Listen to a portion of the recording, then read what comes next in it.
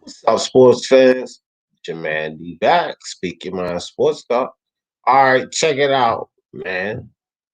My dude, Teofimo Lopez, #4 on the pound for pound list.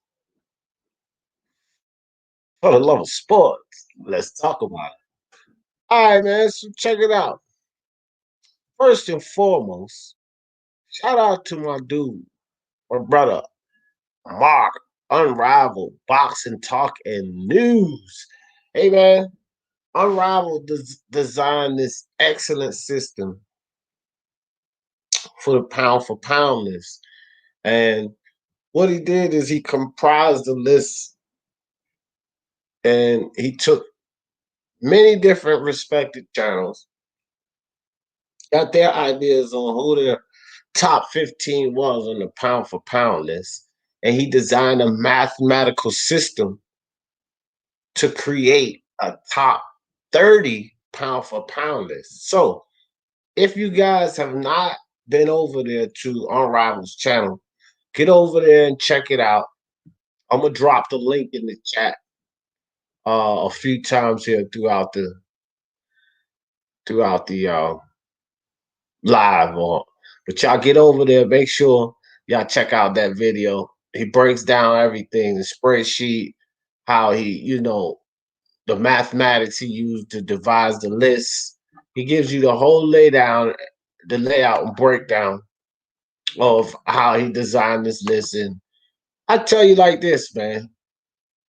When you do things mathematically, it eliminates bias and prejudices because it's all about the numbers. It's all based on the numbers, you know?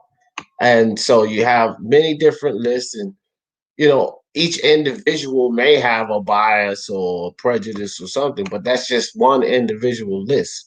So what he did is he comprised a list based on many different channels, right? And when you do it like that, and then you do it by the numbers, you devise a mathematical system to take all of that data in from all of these channels and comprise a list. Then boom, you have pretty much a general consensus. Now we all know pound for pound list is subjective. I doubt that it's top 30, his top 10 or top 30 would match anyone's completely.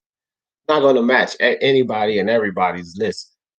Some people may see it different, but he took a general consensus from all of these channels. I participated. I set them in the top 15, and Ring IQ, Punch Drunk, uh, Boxing Beats and Rhymes, a whole bunch of channels. And Mark, he gives a list of the channels. G-Man Boxing, shout out to G-Man, Del Boy, Blue Collar Sports. Even Get This Smoke got in on it. So y'all make sure y'all get over to Unrival's channel and check out that video, man. That top 30 pound for pound is excellent. Martin Ramos in the building. What's good with you, Martin Ramos? MMA champ, the GOAT. What's up? What's up? He said, whose pound for pound list is that? It's an official pound for pound list. Well, to me, it's an official pound for pound list amongst some channels in the YouTube community. And that's how Mark designed it. And I think it's pretty fair list. And like I said, I don't think that it's going to match anyone's list. This doesn't actually match my exact top 10 pound for pound list. It doesn't match it at all. But again, it wasn't based on one particular list, not mine, not Mark's, not G-Man, not Punch Drunk, not Ring IQ's, not Beats and Rhymes. It wasn't based on one particular list. It was comprised of a whole bunch of channels, Brian Harkin and Hellboy, and even Get This Smoke got in on the action. So and it was done, it was put together with a mathematical system. That's why I like the list. I actually have more respect for this list than I do my own, because I have my own criteria, but this is a general consensus. So everybody has different criteria, and the way this list was designed was based basically on everybody's criteria, and then you just add a point system to it so that you can devise a list mathematically. And it's beautiful. Beautiful idea by Mark. I still have Lomachenko fight or a draw. Lomachenko with the win. Man, please. It's in the books, dog. It's all over with Ice Man. Teofimo the takeover, baby. Say, Brett, what's good with you? Joshua said, what up? The Teofimo righteously deserved to be listed high. Yeah, the motherfucking takeover, baby. Damn right, Joshua. I love it. I love it. Imagine having Spence on your pound for pound. Why not put Better BF on there too? Well, MMA chapter, go watch the video that Mark put out. Better BF is in the top 30 pound for pound list. He's not in the top 10. But again, it's some people not in the top 10 on my list. It's in the top 10 here. I don't have Manny Pacquiao in the top 10 on my list. I don't think. I definitely don't have Estrada in the top 10. I don't have Naoya Nui number 2. I don't think so. It's not going to match anybody's particular list exactly, but it was comprised of knowledgeable channels, very knowledgeable channels, and that's a good thing about it.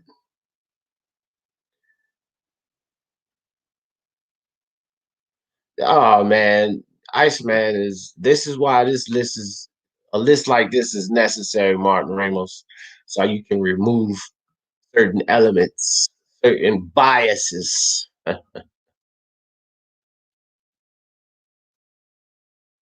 That's what a list like this is comprised. Just for that reason. Yeah, I don't know. I don't know how Iceman come up with that, but each his own. One thing it is in the books. Say Teofimo one. So take it how you want it, pal.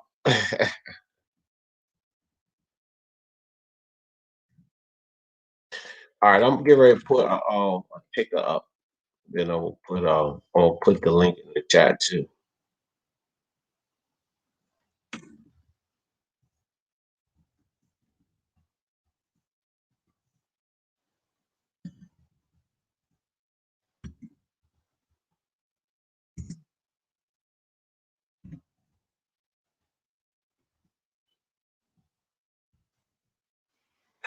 Yeah.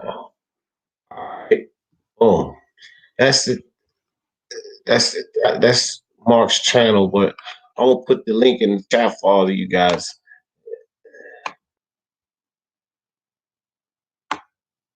That's what I'm gonna do. Put the link in the chat too.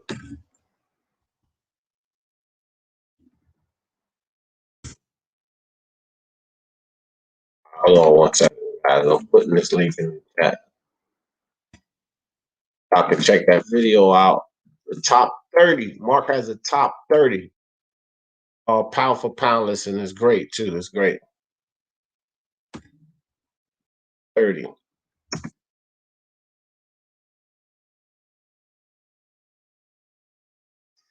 right, here it is. And I'm gonna drop this link in the chat a few times while we on here.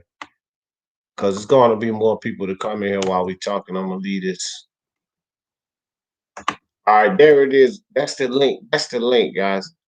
If y'all want to go check that video out, uh, to the top 30, and he breaks it down with the spreadsheets and all of that, how he comprised the list, the channels that was involved, the math that he used to come up with the list. So y'all go check that video out on Mark's channel. And a lot of people participated in them, sent in our data, and he comprised all our lists. It's not based on any one person's list. It's based on a bunch of different channels. Like I said, Brian Harkin, Ring IQ, Beats and Rhymes, Boxing Librarian, Punch Drunk, you know, Unrivaled himself. This channel here, I sent him in the list. I think Unbiased, I'm not sure, but he gives a list of everybody involved. G-Man Boxing, Blue Collar Sports. So everybody got involved with that. MMA champ said, "Big up, Mark." Yeah, yeah, that was nice, bro. That was nice the way he broke that down and put math to it. Put math to it. Saint break your name, Justin, too. Prime fighting champion in the building. What's good? What's good? What's good? Oh, another Mark.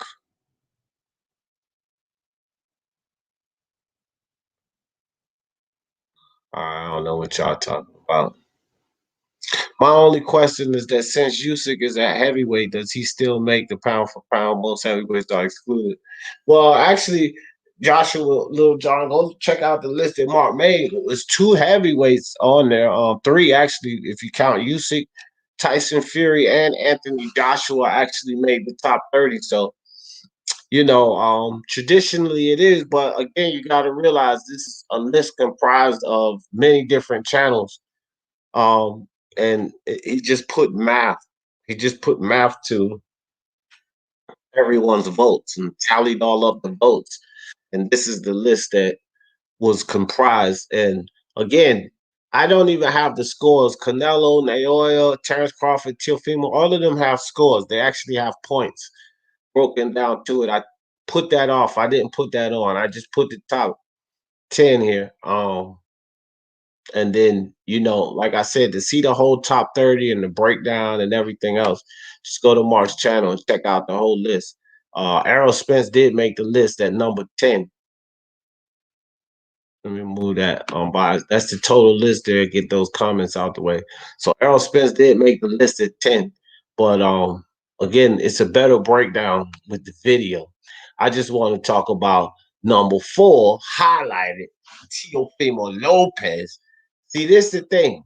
When you get all of these people working on a list like that, right? And I'll show you guys something real quick. Let me share this for you so you can see. And when you get all of these people, oops, let me share the screen. You get all of these people working on a list like this, uh, you get a whole bunch of ideas. And when you put math behind it, you break down any, like I said, most like any biases or anything.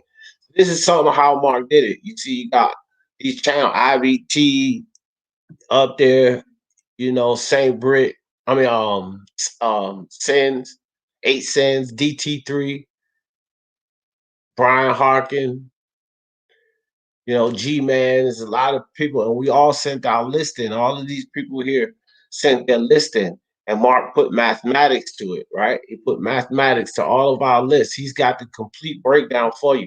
So that's how this list came about. This top 10, it just came about that way. But again, shout out to Mark for putting it together.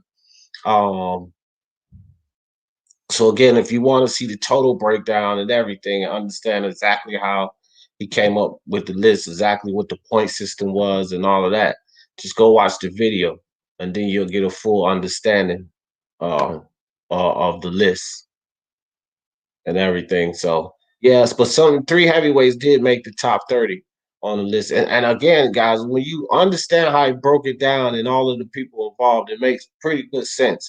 Nobody's list is right or wrong, subjective. So nobody list is right or wrong. Okay, Iceman, nobody telling you to change your mind. You don't have to change your mind.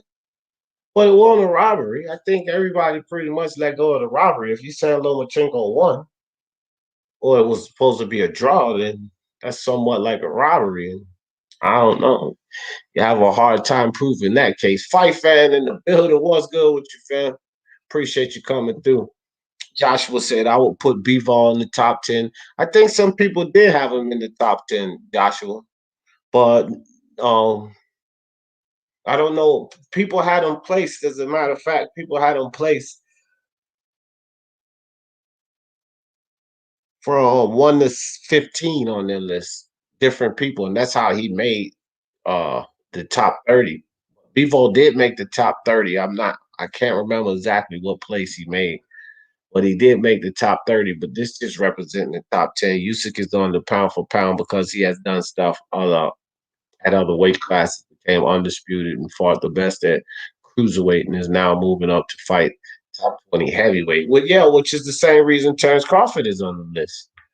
Same exact reason, MMA champ, because he's done all of those things you said Usyk has done, but he's moved up the weight class and he's actually won a championship title there. So yeah, that's valid. That's why Usyk is there, but so is Terrence Crawford. And that's why he's over Usyk, because he's done the same thing Usyk has done, but he's done it with adding a title, a WBO World Championship title to it. He said some guys are watching fights in slow motion. Yeah, yeah.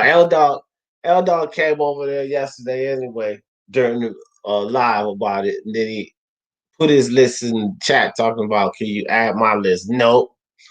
Like his list is gonna change. So all of these different channels, your list would only, if you added your list in late and Mark applied the points to it, it wouldn't change much. Like it wouldn't put your guy where you want him because it still just has to be broken down on the point system based on what everybody put in there. So L Dog, yeah, he's a slow motion watcher. Iceman might have been over there too, watching in slow motion. Crawford barely breaks the top 10 on my list. He doesn't have a top win. Yeah, yeah, he didn't. He was down on other people's list too. I don't think I had him at number. Let me see. So check my list right quick. I don't think I had Crawford at number 4 on my list per se. To tell you the truth, hold on. I'm gonna let you know right now. Let you know right now. As a matter of fact, I'll show you guys. Uh, I'll show you guys my list because this top 10 is not, this top 10 ain't like my list.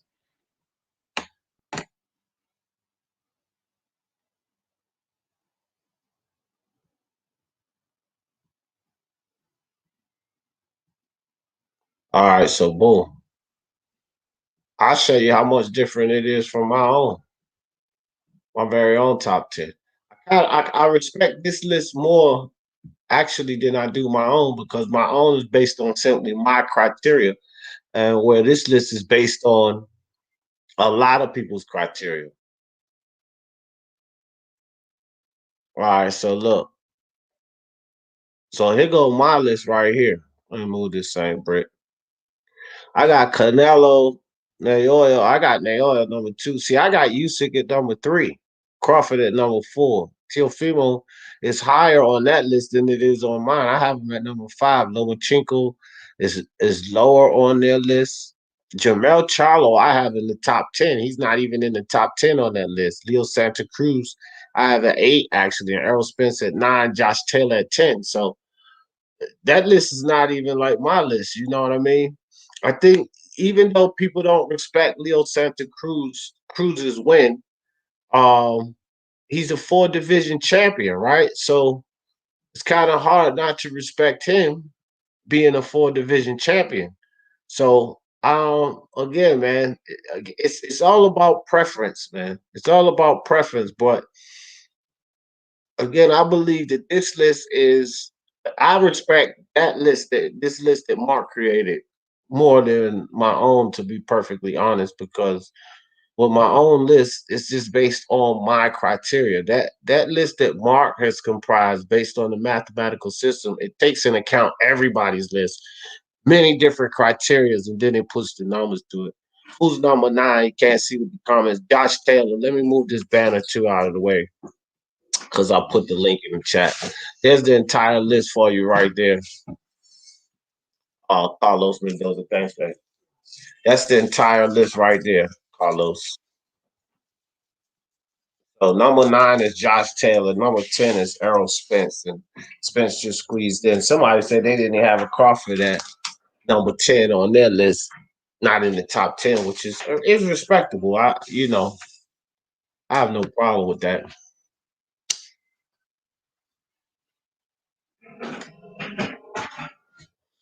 Yeah, I think Usyk. I think I'm gonna pick Usyk in that fight. I'm not losing any sleep over it, but I bet when Lomachenko watch again, he will be like upset. Well, Lomachenko already accepts the loss there, buddy.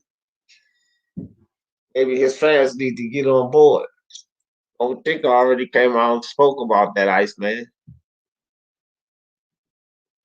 And he congratulated Teofimo. So his Lomachenko fans need to jump on board, St. Britt.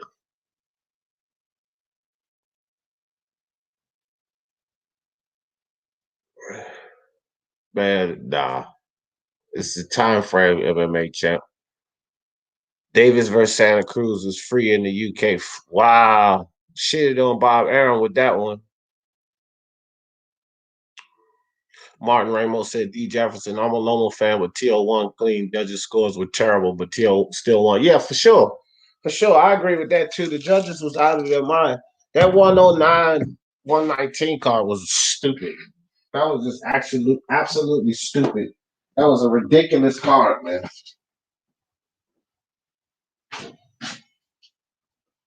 Ain't no way in hell you could justify. No way in hell you could justify 119. They essentially this judge said that Lomachenko won only one round. Like that was stupid. I didn't even much agree with the 117, 111. I didn't agree with that one either. So I agree with that, Mark.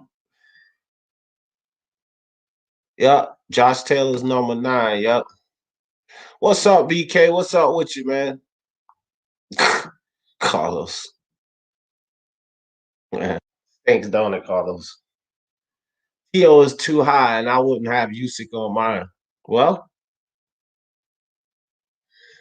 Lomachenko was number 1 on some people's pound for pound. Teofimo won all the belts. So let's make something clear here. This undisputed nonsense is only something that Mauricio Suleiman created. The reality is Terence Crawford and Alexander Usyk, they won their 4-belt undisputed literally years ago. Brown gone 1. Teofimo just did it recently. Now, we don't have to call it undisputed, but he just unified all 4 belts, all 4 championships, because regardless of how you think, look at it, what's understood with the franchise belt is that is their number 1 champion. So yes, the regular belt is transferable and works for undisputed. Still, Teofimo won all 4 belts, lineal belt, Ring Magazine champion, and he just did it. But you're saying that he's too high. He did it in 16 fights. People like you, Brown, going, I know you praised Lomachenko for what he accomplished in so little fights. You do realize that he and Teofimo have the same amount of fights, but Teofimo accomplished something that Lomachenko did not accomplish.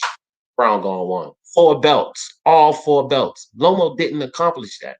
And he has the same amount of fights as Teofimo, but he has a much superior amateur record. But you're willing to give Lomachenko credit, but then say Teofimo's too high. See, that's why Mark's list is fair, because it takes all of that nonsense out of there.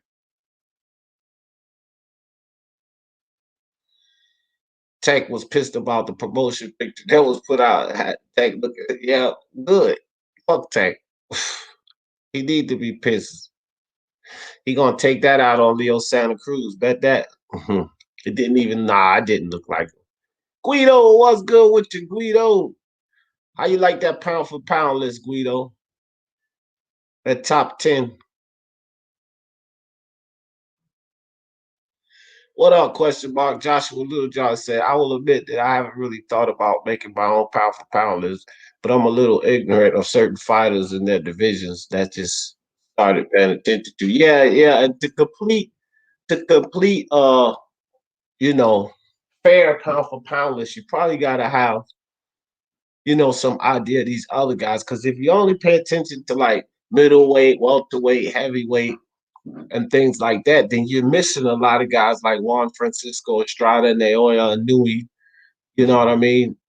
Hell, even Lomachenko, but the 135 division is hot right now because of Lomachenko, which is why a lot of these smaller guys you would miss. I had Akhmadaliev on my top 15 list, and he actually made the top 30 because other people had Akhmadaliev too. But if you don't know about the smaller guys, you probably don't even know about Akhmadaliev.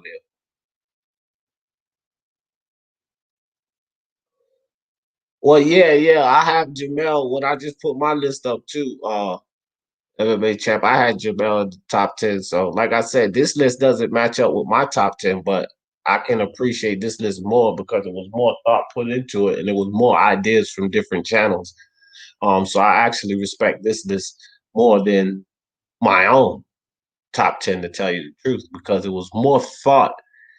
See, with my top 10 list, it's only one mine.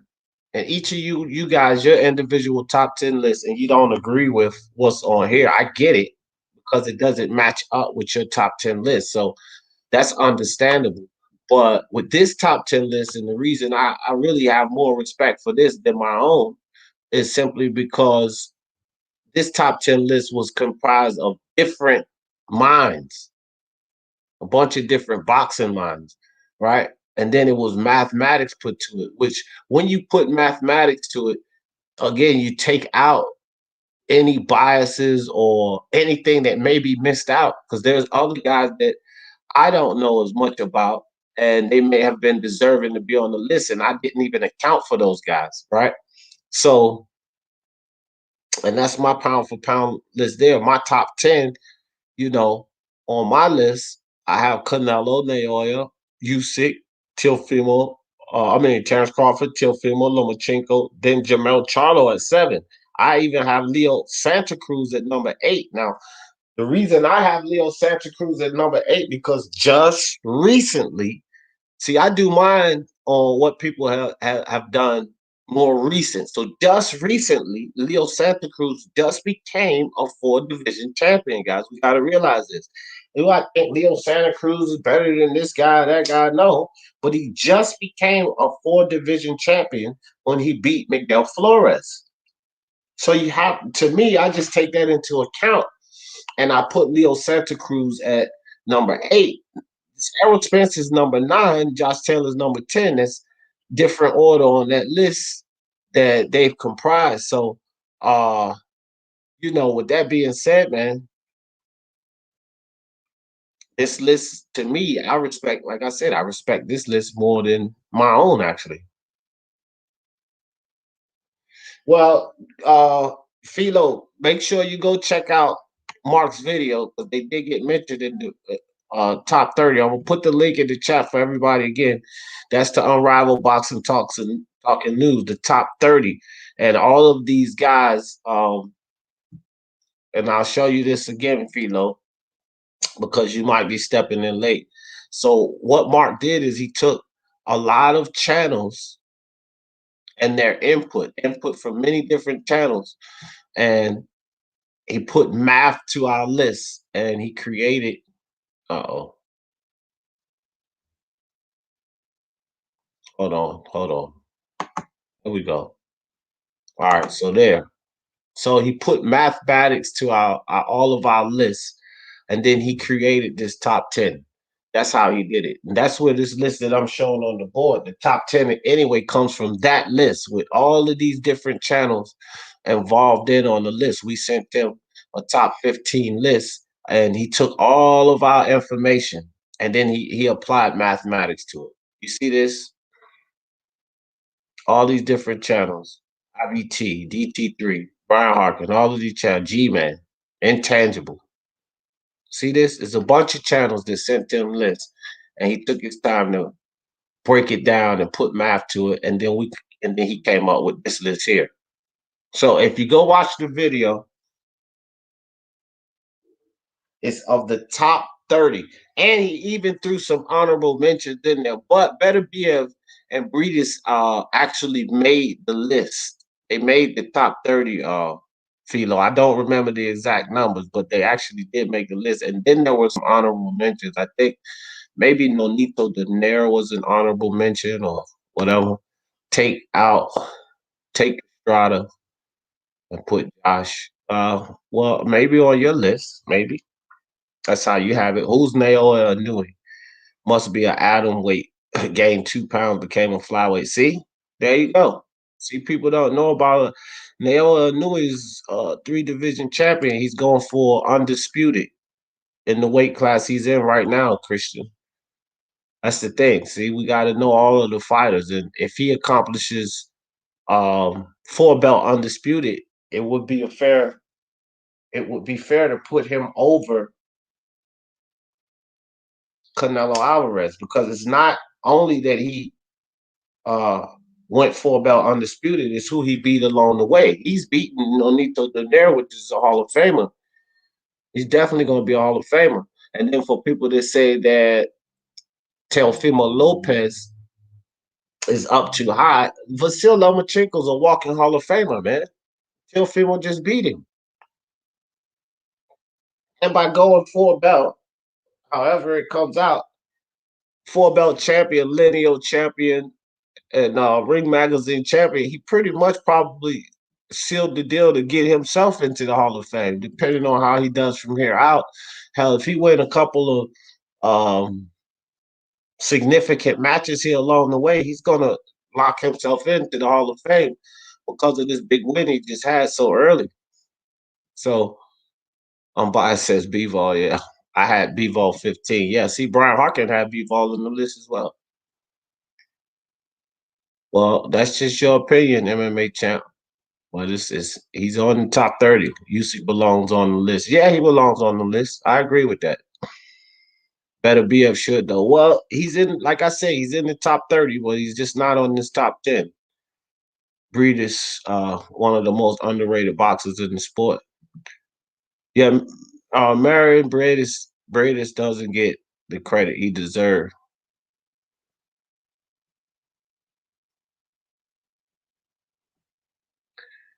L Dog put all the Eastern European fighters. Yeah, yeah. L Dog's list was completely biased. Kosei Tanaka is going to beat Ioka and surpass Crawford. Uh, that's an opinion. That's not a fact because Ioka's going to beat Kosei Tanaka. So, but if Kosei Tanaka beats Ioka, I think he probably will definitely move up on a lot of people's lists. He should. He might even squeeze into the top 10. He can get past Errol Spence that's sitting at number 10. We'll have to see. That would be a huge win for Kosei Tanaka. He's a young fighter too. So the Teofimo landmine clean headathon that fight. Nope, but he won.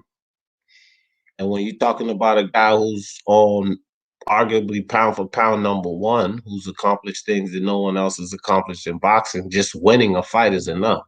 You don't have to landslide a fight.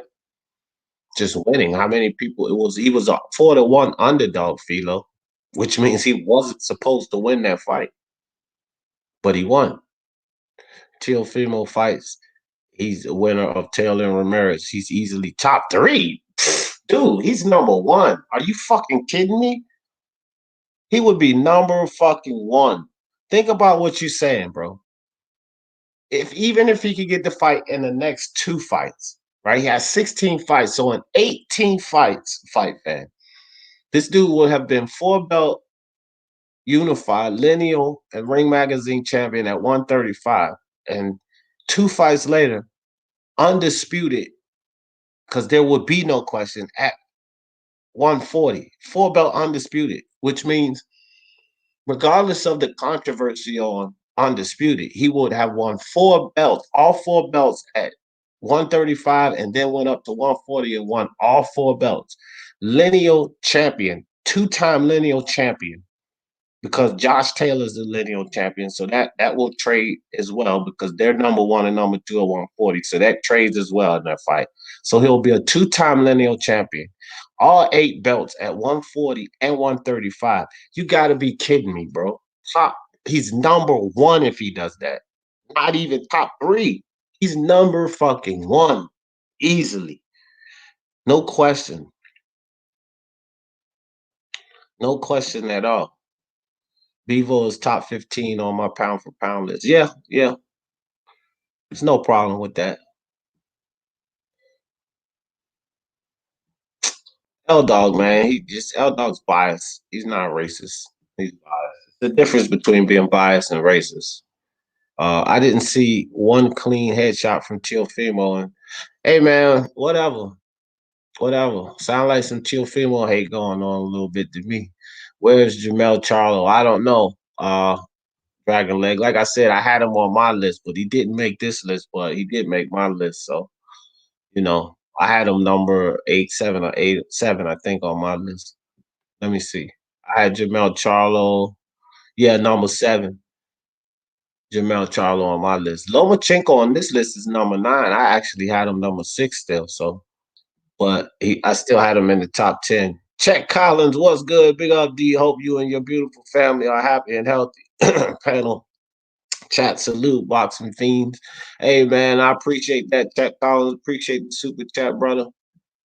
Appreciate ya. Intangible said, bro, why is Ramirez, Navarrete, Leo Santa Cruz above Tanaka? Cause this is the list. Didn't you put in?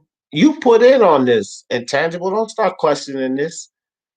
You put in. You added your input. You sent the top 15 list in. You know why they're not. You know why they're not? Because everybody don't agree with you, Intangible. That's why. If everybody agree with you that put in all of that input of the top 15 and you know exactly how all of this happened, Intangible, so why the fuck are you even asking this question? But if everybody agreed with your list, then Tanaka would be. But everybody don't agree with your list and you know exactly how this works. So the question is, why are you asking this question? You know how this works. You talk to Mark. Don't be silly.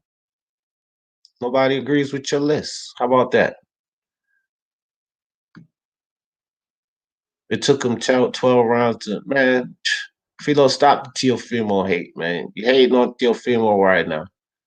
To me, one cements themselves as pound for pound fighter when they dominate multiple weight classes. So do I see Lopez as pound for pound fighter? You said so. So, but that would be, that's called the criteria. And this is the thing. So again, Christian, you're one person, right? You're one person. This is what you got to think about. Just like that, what Intangible said. You guys are one person. This is how Mark created this list from many people, many different respected channels, and IBT is one of them. He's a channel host. He has his own channel. I was involved in all of these people you see on this list here were involved in making this top 10 list here. All of these people, we all sit in the top 15. You see, there's 1 through 15. All of us, it even goes on behind here. It just couldn't all fit on the same. But all of us sent in the top 15. Everybody list is different. Look at this. Berchelt, y'all probably can't see that. It's small, but Berchelt's on someone's list. He wasn't on my list. There's Better BF. You know, for people crying, Better BF again, Better BF again.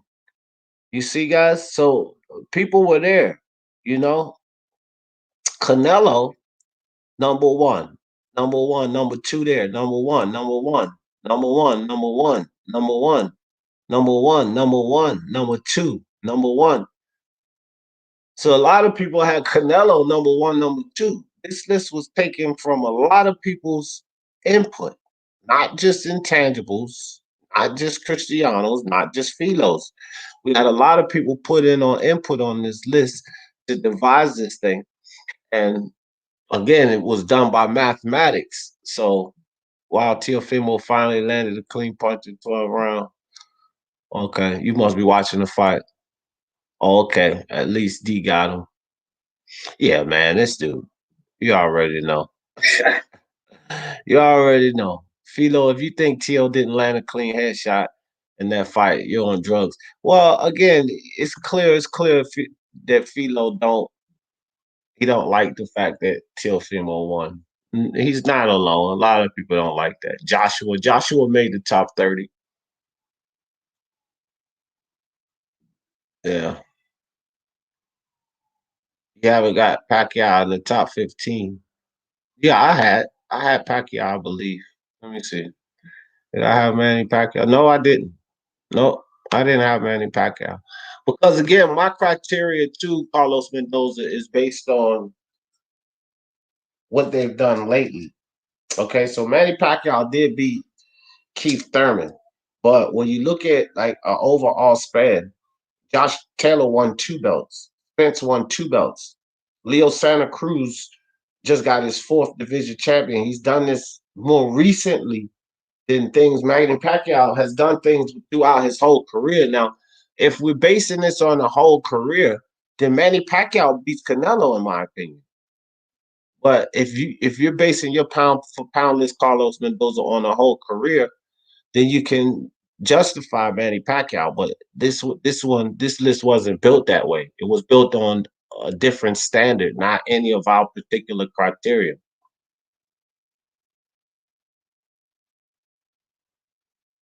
Only one time. What fight you watching? He's watching Teofimo and Lomachenko.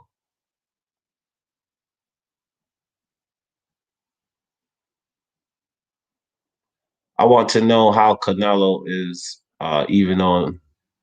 Well, pound for pound king. He might not be on yours, but I just showed you how. And everybody has their own criteria. Pound for pound is subjective. Pound for pound is based on how you create your list. It's not basic. It's not based on how pound for pound king creates his list. You have your criteria, but all of these different channels here. Look at that. Canelo number one, Canelo number two, Canelo number one, number one, number one, number one, number one, number one, number one, number one, Canelo number two, and then it goes on because he had a lot of channels participate. So, however you design your list is how you design your list. But understand this: a lot of knowledgeable channels, like I said, Beats and Rhyme, Boxing Librarian, Unrivaled Boxing Talking News, myself, Ring IQ. I mean, you have your list pound for pound king, but because your name is pound for pound king, don't mean that your list is any more valid than anyone else's. Everyone has their own opinion and their own criteria, and this list was designed for multiple people. So again, this top 10 list doesn't match mine. There are names that I don't have. I don't have Juan Francisco Estrada on my top 10 pound for pound. There are names. Jamel Charlo's not in this top 10 pound for pound. I have Jamel Charlo on my top 10 pound for pound. But I give this list here more respect than my own because it was comprised of many different boxing minds, not just mine, and not just based on my particular criteria. If you base it on your particular criteria, then you're not gonna like this. But again, get over to Unrivaled Boxing News Talking News channel. There's the link in the chat for everybody just stepping in. Just drop the link in the chat. Um, y'all get on his channel and make sure that you guys go watch the video on how he created the list and everything he did to comprise this list. Let me open up the panel so you guys can come up here and discuss this. I know some of you are itching to talk about it. My bad. I dropped the link in at the beginning, but the comments start flowing, so it might have disappeared by now. I'm going to put the link uh, to the panel back in the chat because I see a whole lot of opinions up here. I see a whole lot of opinions up here. So, for the love of sports, let's talk about it. All right, there's the link. There's the link in the chat. Anybody want to come up and discuss this? Philo, you need to come up. All that nonsense. Yeah, Philo, the highlight watcher. Teofimo, see, look, this how you know Philo don't understand boxing. It was plenty of videos about this, Philo. He said Teofimo had no highlights. It was plenty of videos about this. Do you know highlights are controlled by the network, Philo? The network. Now, each of us can go record clips from I can record clips from that fight and give you plenty of Teofimo highlights. But when you sit there and you watch highlight reels or you look at the networks or certain channels, you're only giving what they're showing you. It's a whole fight. A highlight reel is created by taking clips. I do editing. All you do is you take clips. So you're saying there was no highlights, but that was in control of ESPN, and people were talking about why weren't there any highlights of Teofimo? You're falling for the narrative. You're falling for you're falling for it. What fight was he looking at? Hasn't landed a clean shot to the 12th round. Yeah, that's pure fuckery. It is. Philo hating, man. I don't know what he watching if he didn't see a clean punch landed.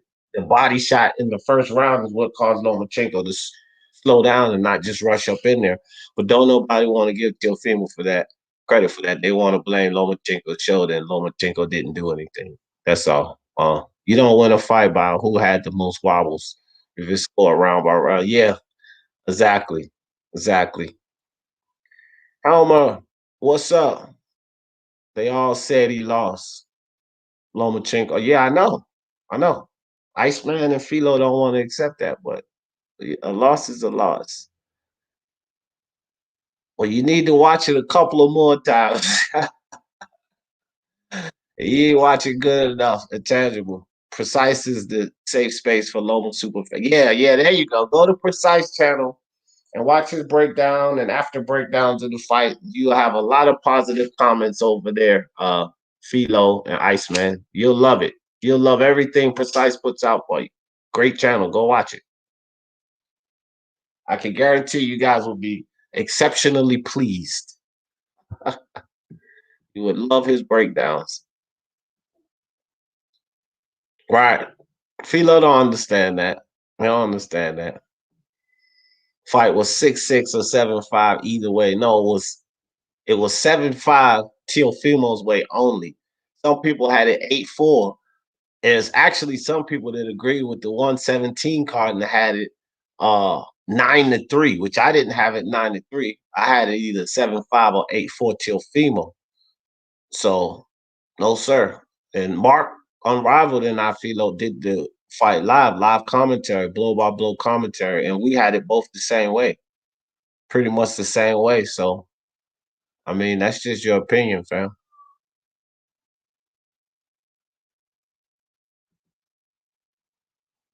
Doma didn't win the 12th round, so how can you say he won the second half?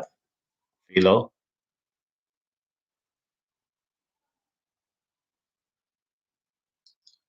Exactly. He wouldn't have won that fight. How the fuck he wouldn't have fight if that's what happened? Let's just not be honest, man. Canelo was dominant across 147 to 175. Though I believe Kovalev fight was fixed. Well, you know, that's how it is. Listen to all the crap we're hearing about the Teofimo Lopez. People didn't want Canelo to win. So again, it's in the cards. I guarantee you guys, some of the guys that believe that Sean Porter won the fight or Tyson Fury won that first fight with Wilder. It's in the books, man. We got to go with what's in the books. We can cry and complain about judgments and all of that, but it's in the books. It wasn't a clear rivalry like Manny Pacquiao and Timothy Bradley or my man Pernell Whitaker and Chavez. It wasn't that type of stuff. So if a fight is that close, even if you have it 7-5, 6-6, if it's that close and you say it could go either way, well, guess what? The judges agreed that it went the other way. So you would just have to accept it. Because even your scorecard says 6-6 or 7-5 either way. Well, all three judges had it the way that you didn't. So you gotta really accept that. Even by your own admission, by your own comment. You have to accept it. This is how it is. Yeah. He didn't have highlights of clean shots because they didn't air them, Philo. What part of that you don't understand? Still too high. I have my opinion. Yeah, yeah, you do. But again, Brown gone one. This list right here is not based off my opinion. You must be missing that part. That's why I keep putting this up for you, Brown gone one. This is for you and everybody else who's missing the point on this. Mark created this list mathematically. Okay. So this is how this list that I have popped up. This is how this list was created. It was created from all of these channels here. Let me put this on full screen. Okay. So you take all of these channels. Let me see. All right, don't blow up. All right, you take all of these channels here, and then he comprised the list based off of all of these channels. It wasn't just one thing. It wasn't just my list. Wasn't just Brian's list, was based off of all of those. So I feel what you're saying, Brown Gone One. You have your opinion, and I have my opinion. But what you got to understand, Brown Gone One, is this list doesn't even represent my opinion either. I had Jamel Charlo in the top 10. Jamel Charlo's not on the top 10 of this list. Brown Gone One. So this list right here doesn't even represent my opinion. It represents a lot of opinions. So if I'm the casual then you must be calling Ring IQ, Unrivaled, Beats and Rhymes, Intangible, IBT, Boxing Librarian. You must be calling all of us casuals. And dude, you got a long, tall hill to climb talking about all of us are casuals. All of that boxing knowledge based on just yours? Yeah, I don't think so, bro. You reaching right there. Teofimo won, even if it was by 1 round, he still won. Facts, Helmer. Facts. Let him know. That's right, Dragon Leg. Facts. They don't want to accept it, Helmer. Still had no highlights. Reason is that Top Rank didn't show them. Right, Top Rank and ESPN, man. Philo watching highlights. He don't want to accept the truth on a pound for pound list. Yes, sir. We talking about pound for pound today, baby. Drop the link back in the chat for you again, Brian. I don't know what happened. Maybe your phone or anybody who want to come up. It's not just Brian.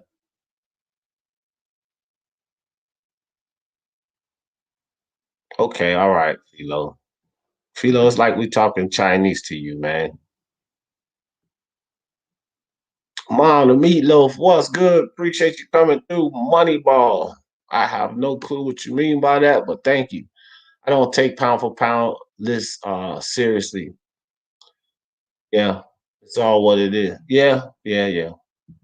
It is all what ifs. I mean, that's what I'm saying too, blues boxing. Like everybody got a different criteria. So you can't take it too personally. And like I said, this list here is based on many, many people, many respected channels that take their time to research these articles, watch a lot of boxing, do commentary for fights. We're analysts ourselves. That's what this list is based on. All of that, not just based on no one person's opinion. And if you come up here and you complain about this list, then you basically complaining about your opinion only. This list is based off of many opinions, not just mine. I'm just doing a report on it. If you want to see the whole breakdown, like I keep telling everyone, if you want to see the whole breakdown, I'll put the link in the chat again. Top 30 list comprised. Some of your guys will be in that top 30 list, I can guarantee you. Let me put this link in the chat for you. Go to Mark's channel, Unrivaled Boxing Talking News, and watch the whole breakdown. He'll explain to you how he comprised this list, the point standard that he used, and everything else. And it's a beautiful system he created to comprise this list based off of all of our opinions, all of our criteria, all of our ideas. Everybody that sent him a top 15, and it's multiple channels, guys. It's multiple channels that did it. So we got to understand. And again, it was a great idea. What's up, Brian? Not a lot, D. Just having dinner. Okay, right. It's late there. I was rooting for normal, but I wasn't on his nut like elbow watching slow motion videos. I thought it showed the injury was bullshit as well. Yeah. I don't think that it's bullshit. He may have had issues with his shoulder, but the thing I say about this is Teofimo came out after that fight, right? And he said it clearly. Now, I don't know if people heard him, respected what he was saying or anything, but Teofimo said he had injuries too going into that fight. And he didn't say anything about him. He didn't mention them before or after the fight. He's only really mentioning the injuries because people are coming out talking about Lomo injuries. Listen, here's the reality of the sport. A lot of these boxers go into fights with injuries. I didn't see you guys talking about Lomachenko's injuries, giving Wilder that respect. And he had his he had work done on his arm, the brace and everything like Lomachenko, the same way. Blue Blood Sports, he is a huge Wilder fan, so you know he made a point of this. And I agree with Blue Blood Sports. Wilder had his pictures, he had his doctor pictures, and a lot of you guys didn't accept that shit. But now you see the same thing with Loma after this Teofimo fight, and it's valid. Well, why wasn't it valid for Deontay Wilder? Because it was the same shit, fam. It was the same shit. He had his arm up in a sling. You could tell that it had been worked on by doctors. It wasn't fake. He showed in the hospital doctors working on his arm, but none of you guys say, "Oh, nobody want to hear that arm shit." Fury just beat his ass. Now it's the same thing with Lomachenko. Teofimo won, but we supposed to consider the shoulder injury. That's double standard, fam. That's Yeah, completely double standard. it is.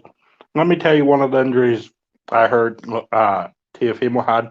Apparently, he had a way bad foot injury early on in camp. Yep, he did. So, um, You're talking about movement, moving around the ring and all. yeah, Like, but he didn't make it. He didn't make excuses, or he didn't let it stop the fight. All of these people, Brian, you was over here. Remember the 1.2? All of these people coming over here talking about he's scared to fight Lomachenko. D, you gotta call your boy a duck and all of that. Remember that shit? I remember.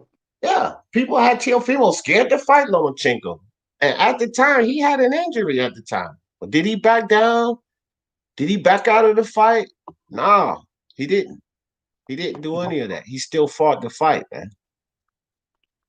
Said 2-1 undisputed.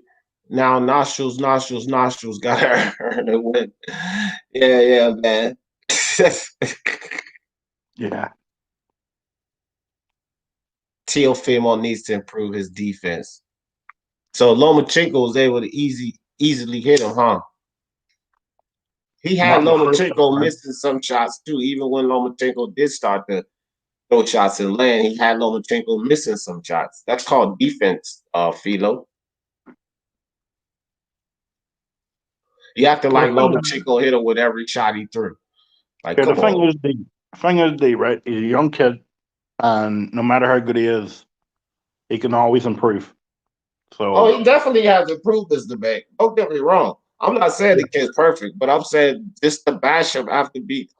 Look, Philo has said nothing positive about Teofimo. Nothing about the fact that in 16 fights, he's achieved winning all 4 belts in the Millennial Championship, Ring Magazine belt. He hasn't said anything about that. He's only dumped on Teofimo the whole time. And this is a pound for pound list. The only thing he's doing is dumping on Teofimo for the fight. So that clearly shows you where his mind is.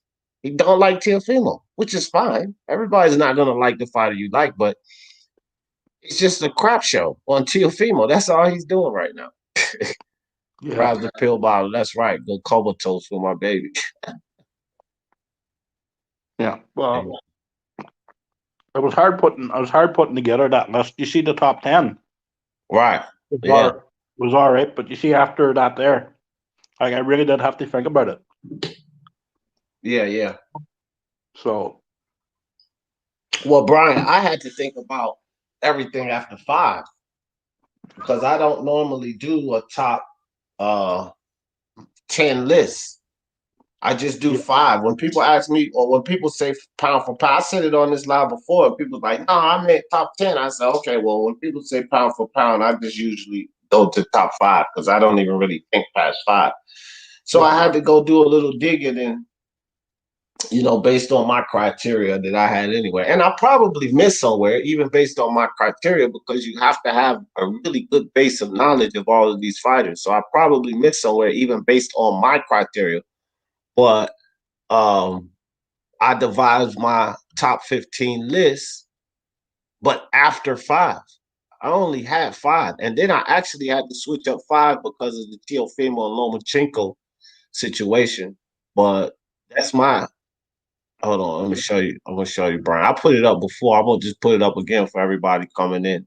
This is my top 15, and the top 10 here, hey, outside of Canelo, number 1, doesn't really match the top 10 list that we have here.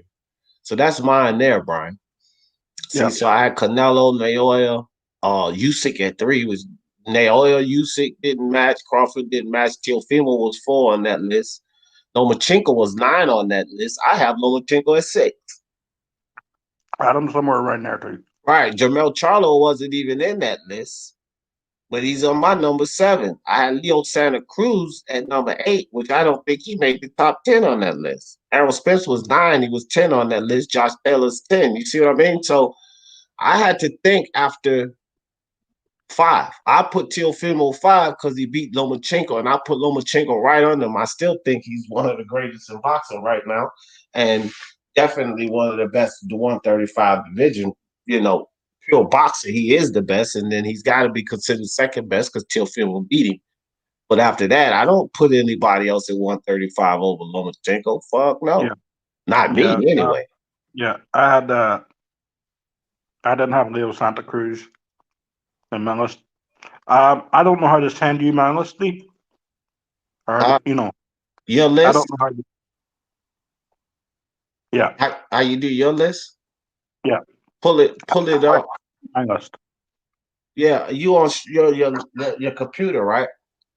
No, I'm on my phone. Oh, I don't know how to do it on your phone. Are you on Twitter? I am. Yeah, yeah. Yeah. All right, What's your hold on. Twitter? I'm gonna send you my Twitter. I'm gonna send you my Twitter so you can send it to me, and then I'll put it up on the screen. Good man. Yeah. I'm putting it in the private chat. That's my Twitter Okay. handle right there. I Yeah. just put it in the private chat. So just Yeah. follow me on Twitter right quick, and then and send it to me in the DM. Hit the little envelope and send me your list in that, and then I'll put it on the screen so everybody can see your list too. And Good you man. guys too, if you have a top 15 or the top 10, since we're looking at the top 10, if you have a top 10 list, here's my Twitter handle. If you guys, we can do this today because I have time. So this is my Twitter handle. If y'all guys have a Twitter page, hit me hit me here. Matter of fact, I'm gonna put my Twitter um and my Instagram. All right. So you guys, if you want me to put your list up, just send it to me in the DM. You gotta follow me first on Twitter and then DM me. All right. I just followed you. All right. That's my Twitter. I gotta follow you back right quick. That's my Twitter, guys. Hold on, Brian. Let me get it right quick. Yeah. All right, there it is. I see. I Yeah. I see. just got to copy my list now. All right, I just followed you. So just put it in that little envelope that's right there next to follow. Just put it there. That's my Twitter, guys. I mean, and Speak Your Mind Sports Talk on Instagram. So whether you have Twitter or Instagram, and then Speak Your Mind Sports Talk on Facebook too. If y'all want me to post your list, just tell me you sent me the list, and then I'll. I sent it to you on your private DM. All right, I'm getting ready to throw it up in a minute, and then I'll put it up on the screen, and we could discuss you guys' list too. I mean, nobody's exempt. Yep. Nobody's exempt. All right, Brian, I'm going to go to the DM now. See, I didn't see it, Brian. Do you not know? Hmm? You sure you sent it in a DM? No, Yeah, you I'm pretty. sent it on notifications, Brian. You just put your list on Twitter. That's Oh, all geez. right. That's all right. I could put it up from there. I could put it up from there. I got it here from the. Yeah. Yeah, no, I could put it up from there. That's fine. All right, guys. So this is Brian's. Oh shit. This is Brian's top 15 list right here. All right. Hold I up. don't really use Twitter a lot. To tell you the truth. Huh? I don't really use Twitter a lot. Oh, okay. Yeah, that's why I tell you when you go up, it's an envelope there. If you go to your profile and you see follows, you'll see an envelope. Or you could just go over to messages where it says messages on that sidebar, not notifications, but right under there, messages, and then you'll get a list of drop down names. You'll see who's on your who's following you and who you follow. But I got your list anyway from here. Brian Gurry put it up full screen. All right, guys. So this is Brian's list. This is Brian's list here. You got Canelo, Usyk, Nui, Pacquiao, Crawford, Lomachenko, Ioka, Teofimo at number 8. See, Josh Taylor at number 9, Estrada at number 10. He doesn't even have Spence in his or Charlo in his top. So everybody has their own idea, guys. This is it. Everybody has their own criteria, their own idea. There's your B-Vol, guys. You guys worried about B-Vol. Brian has B-Vol on his list. Better BF, Kayaguchi, Burchell. I didn't have Burchell, Better BF, or Kayaguchi or B-Vol in my top 15. But Brian has them on his. So this is how these pound for pound lists work. But Brian was also one of the channels and boxing minds involved in creating the list that we have now. See, this Yeah. list. And so it was Brian's input as well that created this list. I'm going to talk to Mark about doing this project again to get more people involved. Hell, he has the spreadsheet for it. So now all he has to do is just plug in the new, list of names. You know what I mean? Yeah. Yeah, this is a good way of getting more people involved, you know. Yeah, and then you can Like, get your input in there. Uh, Philo and L Dog and all of them can get their input. It's not gonna. I can guarantee you it'll be a different order. But with all of those people that had Canelo number one, right? You guys got to realize something. He'll probably still be number one. If we do yeah, this list again, Canelo will probably still be number one. Even if you guys that don't like to see Canelo there, if you guys didn't even put Canelo on your list at all, not even in the top 15, he would probably still make number one because yeah, it's a numerical procedure. It's based on mathematics. This list is taking a mathematic approach based on everyone's input, people's everyone's opinion. data. Yeah, yeah, It's a beautiful way to do it. When you take a mathematical approach, you remove biases and prejudices out of it. You take that out of it by doing it mathematically. yeah. Like, it's great because it gets a consensus of a number of people who know their boxing, people who've been watching boxing for years, and they put a list up there, right? And it's and at the end of the day, it's a lot of people's suggestions. It's a lot of people who actually know boxing idea. The way they did it was brilliant. It was brilliant the way he did it. Yeah, Eric Rojas said is the people's main event between Rhino and Loveboy off or it's I think Dave Allen and Loveboy is on as far as I know. I if it's some new article or something that came up, Rojas put it in the chat and we'll go over it. We'll check it out. But well, apparently, Lovejoy that told Eddie Hearn he didn't have a promoter, right? And apparently, Don King's his promoter. oh Lord, You Tanaka know, didn't make any list. Yeah, Don, Tanaka did make a list. He made intangibles no, list. he didn't make my list. I said, Oh, yeah, yeah, yeah. What's up, rap star? Yo, just supporting you, bro. Just sliding through, see what you guys are up to, man. That press conference is boring me, man. They're giving each other like boyfriend and girlfriend respect on that press conference, bro. Uh, Yeah, I didn't watch the lead up. I don't really watch the lead up to a lot of fights. People put too much into that to me. Remember before the Tony Harrison and Jamel Charlo fight, everybody, not everybody, but a lot of people had Tony Harrison's all in Jamel Charlo's head. Oh, he won the mental battle, blah, blah, blah, and get stopped in the fight. Before yeah, this Teofimo Lomachenko fight, did you see how Lomachenko was staring down? Teofimo looked away first. He was in his head mentally. But yeah. it was Lomachenko who was the one out of character in that press conference. It's Lomachenko that's not usually going after guys like that, being that aggressive guy. He was the one out of character, but no one paid attention to that. They just yeah, said that Teofimo was affected mentally and Lomachenko was in his head mentally. Although before the fight, Teofimo was comfortable over there dancing with his wife, it didn't look like he was mentally affected at all. So I don't really go into a lot of these lead up to the fights and put too much into it like a lot of people do. I just like the way in.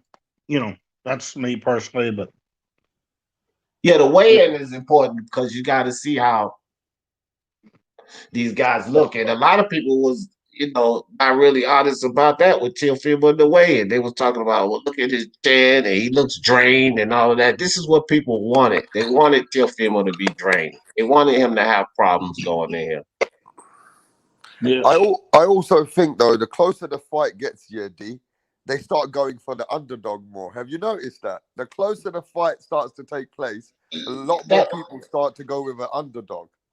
I think well, that Vegas controls a lot of that because when they start getting heavy bets one way, they shift those numbers, they shift those odds so that people start betting another way because Vegas doesn't want to lose too much money. These bookies don't want to lose too much money. So the odds will change in Vegas based on the bets. You know what I mean? And then so a lot of people say, well, oh, I heard he's a 4-1 underdog, and you turn around tomorrow and he's just a 2-1 underdog. And then people start thinking, well, shit, he's only a 2-1 underdog. He might have a chance.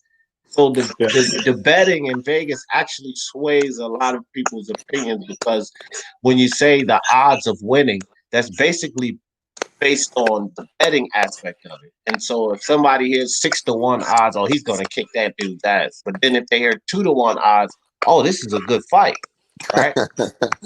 How it happens. No, that's I true. mean, you know what I mean? That is so true. Like the only fight I'm really looking forward to the weekend, like the only fight I really have any intrigue in is Usyk Zora. Philo, appreciate the super chat. Philo said Canelo's a PD cheat fraud. Well, you know what, Philo, in your defense, and this is in your defense, you might not like it, but it's in your defense. Fanon boxing actually agrees with you. Now, I don't know how much pride you have in Fanon idiot ass agreeing with you, but that's who agrees with you in this consensus that Canelo's a fraud, so he doesn't put frauds on his pound for pound list, and he doesn't have Canelo in the top 10 nor the top 15 because He he's a doesn't even cheat have and a Usyk. fraud. He doesn't even have Usyk in his top 10, Well, he has Spence #1, so that should say it all that guy. about Fanon's pound for pound. You idiot. Anyway, moving on. Miguel Robles, salute to you, Miguel Robles. Robles, I'm sorry, fam. What you say there? I just want to Robles. let you know, D. I want to let you know that Leo Santa Cruz turned around and just said about 2 minutes ago that when it comes to the middle of the ring, don't expect him to back off. He is not coming in this fight. He's coming in the same style. And he says, you know how I fight. And he said he's looking to put pressure on Tank. I don't think that's the right style, D. I think that's a lie. I think that's a lie because he just said not too long ago, Rasta. And then see, this is what I was saying about Fury playing mind games about giving up so much of what he's going to do in the ring. With Tyson Fury, especially since he just attacked Wilder the way he did. And people already know that he has different styles of boxing he can switch it. By putting out there, I'm going to come right at Wilder and knock him out, right? They're not probably expecting all the fight camp. They're probably expecting more that Fury's going to come in there and box around like he did that first fight. And then, boom, he comes out and he does that exactly. So it's a mental warfare there, right? So Leo Santa Cruz said earlier, before that statement he just made, is that he's going to come forward, just like he said. But if he feels too much power from Tank, he's going to box him. But now he just comes out and says he's coming straight forward. There ain't no backing down. So it's mind games that go on there with these fight camps and these fighters. A lot of that is done. See, these guys all have PR. They have public relations, and they, give them hints and clues on what to say and what not to say. So this is mind games. I don't believe that one bit. Because if Leo Santa Cruz fights the fight that he usually fights stylistically, that is a nightmare for Tank Davis. Walking into Tank Davis, that is a stylistic nightmare for him to attempt to fight that fight. He never he showed decent power at 122. Decent power. Not a concussive knockout puncher at 122. And notice that he got most of his knockouts that he has on his record, which is only 48% at 118 and 122. A great deal of those knockouts didn't come at 126. And then one fight with Miguel Flores at 130, it definitely didn't come there. So when you look at that, that's a stylistic matchup. You're talking about at 130, pretty much soft puncher, high work rate, but soft puncher coming at Tank Davis, who has a great chin and power out of this world compared to Leo Santa Cruz. Don't want to do that. So I just assume that's mind games. Go ahead, Brian. I think it's a knockout for Tank Davis. Fucking right. I mean, I'm with you, bro. I'm one round away from you. You pick 5, right? Yeah, I picked 5 from day one. Yeah, I picked 6. And I was with you from day one. I think we was right on. I said, Brian, I'm with you. I got it in 5 or 6. And I was just trying to decide whether 5 or 6. And I do think that Leo is going to offer something, right? But it's not going to be enough. So I said, I'm going to go to 6. But you might be right. We might both be wrong, Brian. He might get him out of there in 4. You know what I'm saying? We might both be wrong. So, I mean, but yeah. That's no how I matter see which way I see it, I don't see Leo winning at all. I just, I can't picture it. I can't see it. So I'm not even intrigued in that fight. Tell you the truth, it's not something that I would go, Right. Jesus, the fight I had to watch because I'm expecting a knockout. I'm expecting Tank Davis Yeah, for knockout, sure. And I'm even right if with it's you. not the first. Right. I'm still expecting a knockout. Yeah. You know what I mean? Like, For sure. I know exactly what you mean because I'm right there with you. Like, he's going to get stopped, bro. Even if me and Brian are wrong and it goes past 6, 7, 8, 9, 10, 11, even yeah, fucking 12. Leo Santa Cruz is not making it to stand in the middle of the ring and somebody gets their hand raised. You can forget about that shit. It's not happening, fam. yeah. That dude's getting Maybe knocked my, out. He's getting stopped. maybe my, Might not be knocked out. TKO, whatever, because they got a lot of TKOs. But they're not gonna let Leo Santa Cruz sit in that ring and get killed. Y'all gotta yeah, understand this. What's his name? Sabriel Martinez is not the type of puncher Tank Davis is. He hits hard, but he's not this type of puncher Tank Davis is. He killed Maxim Dadashev. He killed him, though. He killed Maxim Dadashev with that type of power. They're not, listen, Leo Santa Cruz already slurs, guys. Do y'all pay attention? This dude already slurs, and that's because of his style of fighting.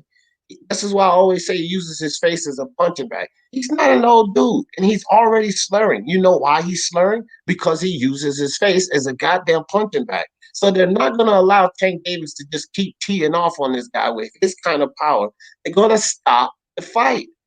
This is yeah, why referees are in there. They will stop the fight. When those punches start coming fluently and catching Leo Santa Cruz clean, that ref is going to jump in there and wave his arms, man. He's yeah. not going to. People are going to say, well, Tank didn't knock him down. I don't give a shit. He's going to stop him. Okay? He's Yeah. going to stop Leo Santa Cruz, and y'all better put your money down on it. Floyd Mayweather and Showtime have done nothing but sell a fucking hoax. That's all they sold, a hoax. This Oh is yeah, not a good. yeah. You Like, know what? D's saying something really, really smart there because D knows, right, that they made a package for Tank. And this fight actually exceeds his package to get him into the pay-per-view game, right? So Exactly. if yeah, he does what D says, you know what they're gonna say tomorrow? He belongs with the top boys. That's what they're gonna say yeah, on Sunday. They're gonna say Tank belongs with the top boys because he destroyed Leo Santa Cruz, and that's yeah, what they want, and that's yeah, what builds his next fight will be big depending on how he performs on this fight. Right. yeah, And the reality is, World Star, is that he's really already there. When you talk about Ryan Garcia, Teofimo Lopez, Devin Haney, you talk about Tank. Tank being competitive with all of those guys. Yes, He's we do. literally yeah, already there. Right? So, but they're just yeah, building this facade behind that. And you have to yeah, think to yourself, if he's literally already there with Ryan Garcia, fucking Teofimo Lopez, Devin Haney, you know what I mean? If he's already there with these guys, how much of a chance does Leo really stand in this fight, fam? What that's is, true. what Yeah, has Tank done? What just pay attention to what Tank Davis has done at 130. This is what Tank has done at 130. Let me break this down. I gotta do a shit. What's today? I'm gonna do a prediction video for this fight. This is what Tank has done at 130. Okay, he has completely demolished every guy that comes up from 126, but he has done that with lack of discipline in between fights, lack of dedication in that gym. He has still demolished every guy coming up from 126 to 130. Now, when we fast forward to 2020 and this weekend, Tank Davis has been completely opposite of all of that. He has been in the gym. He's been fucking dedicated. He's been focused. He's been out of the clubs. He's been lit way before this fucking fight. The fucking workout that they did, he was 134. That was over a week ago, guys. That was over a week and a half ago. He was 134. Do you guys yeah. think he's gonna have that much problem in that kind of condition, losing 4 fucking pounds? Are you kidding me? He's gonna I don't beat, I've said this before, he's gonna beat Leo Santa Cruz like a ceremonial drum. Trust me. Is it true, D? Is it true that every pound he's overweight, he gets fined over 150 grand per pound? Is that true? I apparently, can easily see that. Sure. Danny Jacobs had to pay $1 million out of his purse for the Canelo situation because he came in overweight. So 150,000 for each pound, that's easy to believe. They're paying Tank a lot of money for this fight. Very, very, very easy. So you're saying he's going to come on weight? Because I got a bet going on, D. Somebody wants to bet me that he's not going to make it on weight. Man, bet him. Bet them. Bet them. Okay, promise me on this. Bet them. Because he hasn't made weight for a long time. But you think this time he's coming on point, yeah? I'm 95% sure, fam. 95% sure. Listen, this is what I'm going to tell you, Rapstar. Do you remember when Floyd Mayweather was riding bikes with Devin Haney through Vegas, taking him out to dinner, getting on his plane and all of that bullshit, training him? Okay, at that point, because I've been following Tank on his Instagram page and everything. At that point, Tank started being vocal about that and basically saying, I'm going to show these motherfuckers. Basically saying, I'm going to show Daddy Floyd Mayweather that I'm better than this guy. I want that attention over here. At that point, when all of that was going on, Tank became super focused. He was working with Virgil Hunter in the gym, coaches outside of his. He was in the gym every day. You see him on Instagram running and shit. I put up a video about 3 weeks ago, Brian, 4 weeks ago? About 3 weeks ago. About 3 weeks ago. Tank Davis Rapstar ripped. I'm talking ripped. Trimmed down too, not a fat Tank Davis like we've seen in between fights before. He was ripped Rapstar. You understand what I'm saying? This was way before the fight. And I was telling people then, this is not the undedicated, unfocused Tank. He has been completely focused since that Devin Haney incident. And then you've seen the shift. Floyd Mayweather start working with him in the ring. Bro, he's going to come in super on weight and beat the hell out. All of this Tank gassing out Leo high work rate. No one is taking into account the Miguel Flores fight. His work rate slowed down terribly when he went up to 130. And he's talking about he's put on more muscle so that for the punch resistance against Tank, which means his work rate is going to slow down just a tad bit more. But Tank ain't gassing out. Make that bet, Rapstar. Make that bet. Okay, there's only another $30, so I'm gonna do that one as well. I've only got. I will tell him I'll bet you 60. So I've got 200 on this fight with Tank so far, but last week I lost money 2 weeks ago because I was with Lomachenko and Lopez. Because you didn't listen to me, dog. I told you Teofimo to take over. But come on, I've been a Lomachenko fan for a long time. I had to give him that credit that time, you know? Bro, Showbiz did know. He said he was going to bet 10,000. I sent him a private message. I said, Showbiz, don't do it, bro. Trust me on this. If Showbiz listen to me, he always shout me out on his channel and everything. Shout out to Speak Your Mind Sports Talk, the Boxing Mind and all of that, right? And I said, Showbiz, don't do it. But every man is going to do what they do. Showbiz bet 10 grand. Boom. Teofimo. Y'all would have saved some money, man. Well, let's see if I win my money back this week. Listen, I'm just going to say this, right? I'm not going to be bad. A lot of my Mexican friends, they've actually gone with Leo a lot more in the last 3-4 days. And, you know, I just got to say this is a fan-friendly fight. Leo Santa Cruz is a big fan-friendly, and I think he brings a lot to the table considering all his Mexican following, you know. I just hope he has a good little outburst in that fight, D. You're making it sound like Leo might not even... do anything, and I don't want it to be like that, bro. It's going to be like that, bro. It's not going past 12. Just imagine Nunez, and Tank even admitted this after the fight. He said Nunez hits hard. And Tank admitted that, but Tank was chewing those punches up like fucking bubblegum. This was Nunez. Whatever Leo Santa Cruz throws at Tank, he's going to walk right through that shit, Rapstar. This fight, I don't think this fight goes half of 12. I'm picking 6 round knockout. Brian's picking 5, and I just was telling Brian we could both be wrong. He could knock that motherfucker out in 4. Unless Leo Santa Cruz has a Win McConaughey, you know. I don't see him making him past the first round. Yeah. Brian, what do you think of Carl Frampton, Brian? What do you think of Carl Frampton, Brian? I know he's grand. I think he could have had a better career. So you think Tank also destroys him in 4 or 5 rounds, right? When he comes up in weight, if he did. Yeah. Oh, for sure. For sure. Oh, for sure. Like, not the weight alone. Like, he ain't even moved up to 130 yet. And Carl Frampton is not the kind of boxer that's going to box around you, fam. He's coming at you. He plays right into Tank style. He gets knocked the fuck out. So, see, this is the thing. People talk about Carl Frampton and his power, this, that, and the third. Man, stop the nonsense. Carl Frampton don't got power like Tank Davis. And then Leo Santa Cruz was able to do what he did versus Carl Frampton because of the work rate. Remember, they're only giving him credit for 122 and 126. They're not a lot of these people that's talking about this work rate did not even attempt to look at the Miguel Flores fight. If your whole thing is that Leo Santa Cruz's work rate is going to tire Tank down, but you're not factoring in that his work rate has slowed down drastically at 130, then you're fooling yourself. Because the work rate that you're depending on, he's not going to come to the ring with because he has not shown that at 135. And this was against a Miguel Flores who didn't have enough to keep Leo Santa Cruz back. So if a fighter don't have enough to keep Leo Santa Cruz back, he's definitely going to put that pressure on him. That's what Leo Santa Cruz does. But guess what?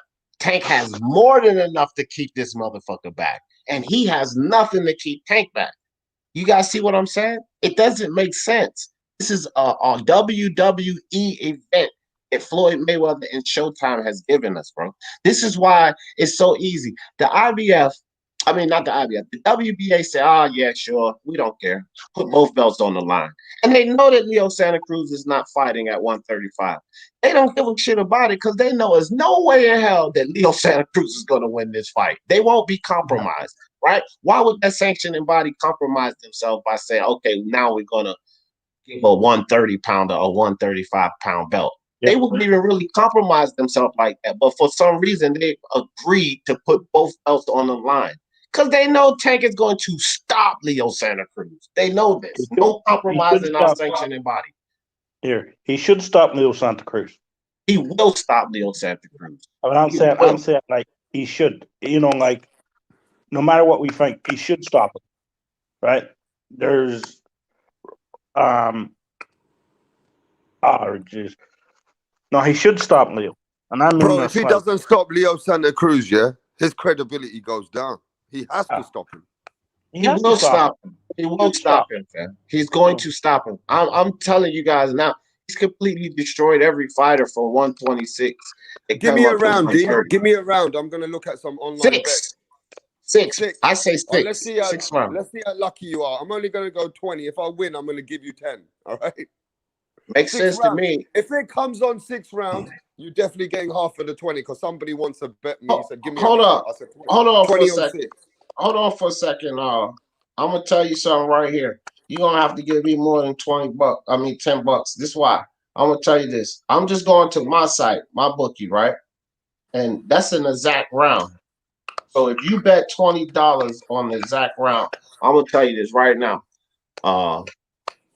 Hold on, let me go into Bovada right quick. No, I got friends online. They're asking me for a round. They say, if you get a round, we give you 20. And then if they get a round, I'll give them 20. I just got friends online. Okay. I got you. So what I was saying is, if you give me a round and it happens, I'll just give you, like, everyone heard that. If it's 6 round, D's already predicted it. So I'm putting 20 on that. I'll win 20. I'll give you 10. But that'd be crazy. How much would we get if we put it on an online bet? That's what I'm getting ready. That's what I'm getting ready to tell you right now. Hold on, let me put this up too, because people who are watching this, I mean, you know, D really does know his boxing. So if you guys just go with a 6 and put $10-15, tell us what we get back, D. All right, here we go. I'm pulling it up right now. All right, let me go to Teofimo. I mean, damn, got Teofimo Tank Davis. Where the fuck? Tank Davis. Okay, here it goes. Tank Davis. Okay, round betting. Let me see. Exact round. Here we go. Javante Davis. 6 round. Check this out, man. Get the fuck out of here. So if you put 10, what you said, $20, right? Yes, 20. $20. Okay, it is. Oh, that's Leo Santa Cruz. Hold on. Let me go to Tank. Okay, round 6 for $20 is a plus 1,100. So you win $220 off of $20 if you bet the 6th round. And who are you betting with? Who is that company? Javante Davis. We're from England. We got to look at what you're looking at. That's Bovada. But over there in the UK, you guys got better odds because Mark uses our UK site. So Just use any UK bookie, and your odds are better. It will probably be like a plus 13 or plus 1400, which means you would win $280 off of a $20 bet if he stops him in 6. Or you could do this too. This is something you probably would think about doing. So Brian says 5. I said 6. I said we could both be wrong, right? You could go, it's called group round betting, right? Group round betting. And if you pick 4 through 6, it's a plus 400 still. So you win $80 Yeah. off of 20 if you did it that way. So that way, if Tank knocks him out in 4, 5, or 6, you would still win 80, 4-1 on your money.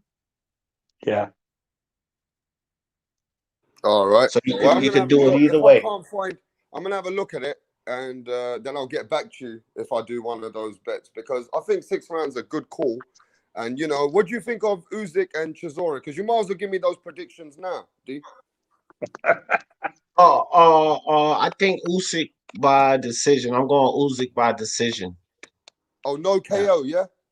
No, I don't think he's gonna stop Del Boy, man. Because here's the thing. I think that people, this gassing issue.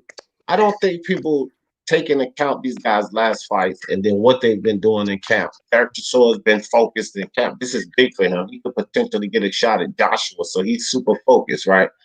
But Dillian White, who hits much harder than Usyk, no, he's not the technical boxer. No, he doesn't move around like Usyk. But when you take the moving around that Usyk does, and you take the leaning and the grappling and the fucking uh, uh, clinching of Dillian White, it pretty much levels out because Dillian White's a heavier fighter. He's grabbing up Chisora, leaning on him, right? Usyk is a smaller fighter, so the way he's going to drain Chisora is moving around and making him miss. It pretty much levels out. And Dillian White was losing the fight literally to the 11th round, and then he popped. Usyk, Alexander Usyk is not popping like Dillian White. He don't got that kind of pop. So Derek Chisora, Del Boy has a pretty good chin, right? Usyk didn't stop Bradis. He didn't stop a lot of guys that we're talking, not a lot, but he didn't stop fighters at cruiserweight. I don't think he's going to stop Usyk. I think he's going to beat him, but by the card, by decision. That's just my idea on it. So I got Usyk by decision. Yeah, I have Usyk either late stoppage or unanimous decision. Right, I can see him getting him on Rap Star in like 11 or 12. I don't see anything before that, but if he gets it in 11 or 12, that's super impressive. And Usyk is a fucking huge problem. If he stops Derek Chisora in 11 or 12, I'm gonna tell everybody he is a huge problem in this division. I think for everybody except my dude Fury, and then there's reasonings behind that. But everybody else, I think Usyk is going to be an extreme problem if he can stop Del Boy in 11 or 12. It just depends too, because he's had fitness issues recently. So it just, it sort of depends just on his fitness. Right. Coco Tyler, MXBC, what's good with you, Coco? He's had injuries, so it just depends if he's healed up. If he's healed up, I think Usyk will win. Yeah. Derek Chisora could stop Usyk though. So he's tough. Yeah. People better be careful on those bets because he could stop Usyk ain't been hit by nobody like that yet. I know Gassiev got power, but Usyk ain't been hit by nobody like Del Boy. Gassiev, I don't think packing that Del Boy power. That's true. That I do agree with that. So yeah, but we have to recognize this. Yeah, this is why I'm interested in that fight, because two things. I want to see how Usyk takes punches and how he reacts to it, and number two, I want to see if he can dominate. Like I think he, I think he can do some of the heavyweights in the, in the division. So that's what I want to see. I just want to see how he reacts to getting it. Number two, if he can use his boxing skills to dominate some of the fighters, like he did a cruiserweight. So, that's why I'm interested in that. Yeah. All right. Hey, hold on for a second. Some of my friends are asking me to ask you, D. They're asking me, is there any undercard fights to look out for this weekend? Yes. But before I do that, I'm gonna answer fight fans' question with this right here. Everybody listen up. Oh, the one thing you do know is that you win, or even that you're like you don't know till camp. No, I know I'm gonna win. That's always a for sure. It's a for sure. And I won't go into a fight not knowing if I'm not going to win. Like, I know I'm gonna win. My thing is, give me those 3 belts that are actually mine, and I'm gonna earn them by beating you, and then we go from there. And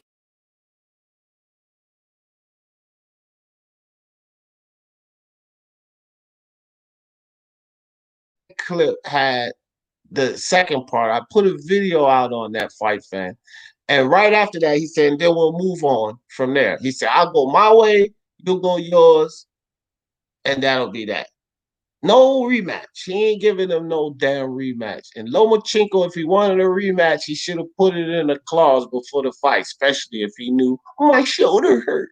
My shoulder hurt. He should have put the damn rematch clause in. No rematch. Yeah, but a lot of people are saying right now that Lomachenko does deserve another fight, just like the Ryan Garcias of this world and the Devin Haney's. They said you can't take Lomachenko out that top 2 who are ready back for a fight. And I said, you're right, because Lomachenko did do some good bits in that fight. They're saying before you call out the younger boys, Lomachenko still is there. Don't sleep on him. All right. Oh, okay. Hold on, Blues Boxing. If you drop the super chat, it's still in there. I'm going down them now, but it's still on the list, so I'll pull it up. Appreciate you too. Jose Yepes. He said that's a good pound for pound list. Appreciate you, Jose. Yeah. Go to Mark's channel, Mark Unrivaled, and watch the top 30. He comprised this list based on a lot of our input. It's a really good list, a really genius way he approached this, doing a mathematical approach. So all y'all talking about a press conference for you to get this, or I didn't even see it, Joshua. Yeah, and that list Dee showed you earlier of mine, that was the list I give to Mark. Right, and the list that I showed you guys, that's the list I sent to him. Tony Kukoc, MXBC, what's good with you? What's good with you? All right, hold on. Let me see. I got a super chat. T-Tone Toledo. Oh yeah, for sure, for sure. Anybody can come get this work. You know how I go, Blues. They can come on and get it. Come get it. This is the link to Mark's channel to that video, the particular video. If anyone ate that meat or water in Mexico, they would have that shit in yeah, like Quadras had, right? Quadras ate a whole lot of meat that weekend. Yeah. Everybody. Yeah. Everyone, I guarantee you, go watch Mark's video. Seriously. Yeah, the way he does it, y'all gotta watch that video. The way he does it is fair. There's no cheating on it. He shows you our lists. I agree, Joshua. Oh, my bad, bro. I thought you were saying it. What, Mark's got Terence Crawford number 3, has he? No. This okay. Rapstar, since you just said, man, let me get these 2 comments and I'll explain everything to you, Rapstar. Joshua said if Leo tries to pressure Tank, he's going to be mowed down. I agree with that. Dead Game, what's up with you? He said, unless the mathematical equations are coming from prejudiced people, any LDBC members, and that equation. Well, no LDBC members sent in a list, Dead Game. And one particular list, okay, so Dead Game, you said if anything's coming from prejudice. So I love it when you start this. You can click the link. Let me put the link in the chat. Because I want you to come talk about this list. This is what it's about. We're talking about this list. So let me put the link in the chat. Hold on right quick. Come up here and talk about it. Now, I'm not going to answer your question about the LDBC list and all of that, who's in there. Just come up here and then I'll answer your question. Syph Bud in the building. What's up, Syph? He said, why Jamel Charlo ain't above Spence pound for pound? I don't know, but I had him number 7 in my top 10. But this was a list that was, I'm getting ready to explain this to Rapstar. So for everybody coming in, hold on, my man Willie Williams with the super chat. Let me make sure, guys, I don't miss anybody's super chat. Appreciate you, Syph Bud, with the super chat. Willie Williams just dropped the super chat. I seen it pop up. Raider from LA. What's up with you, fam? I see you in there, Raider. Damn, I always fall way behind in this damn chat.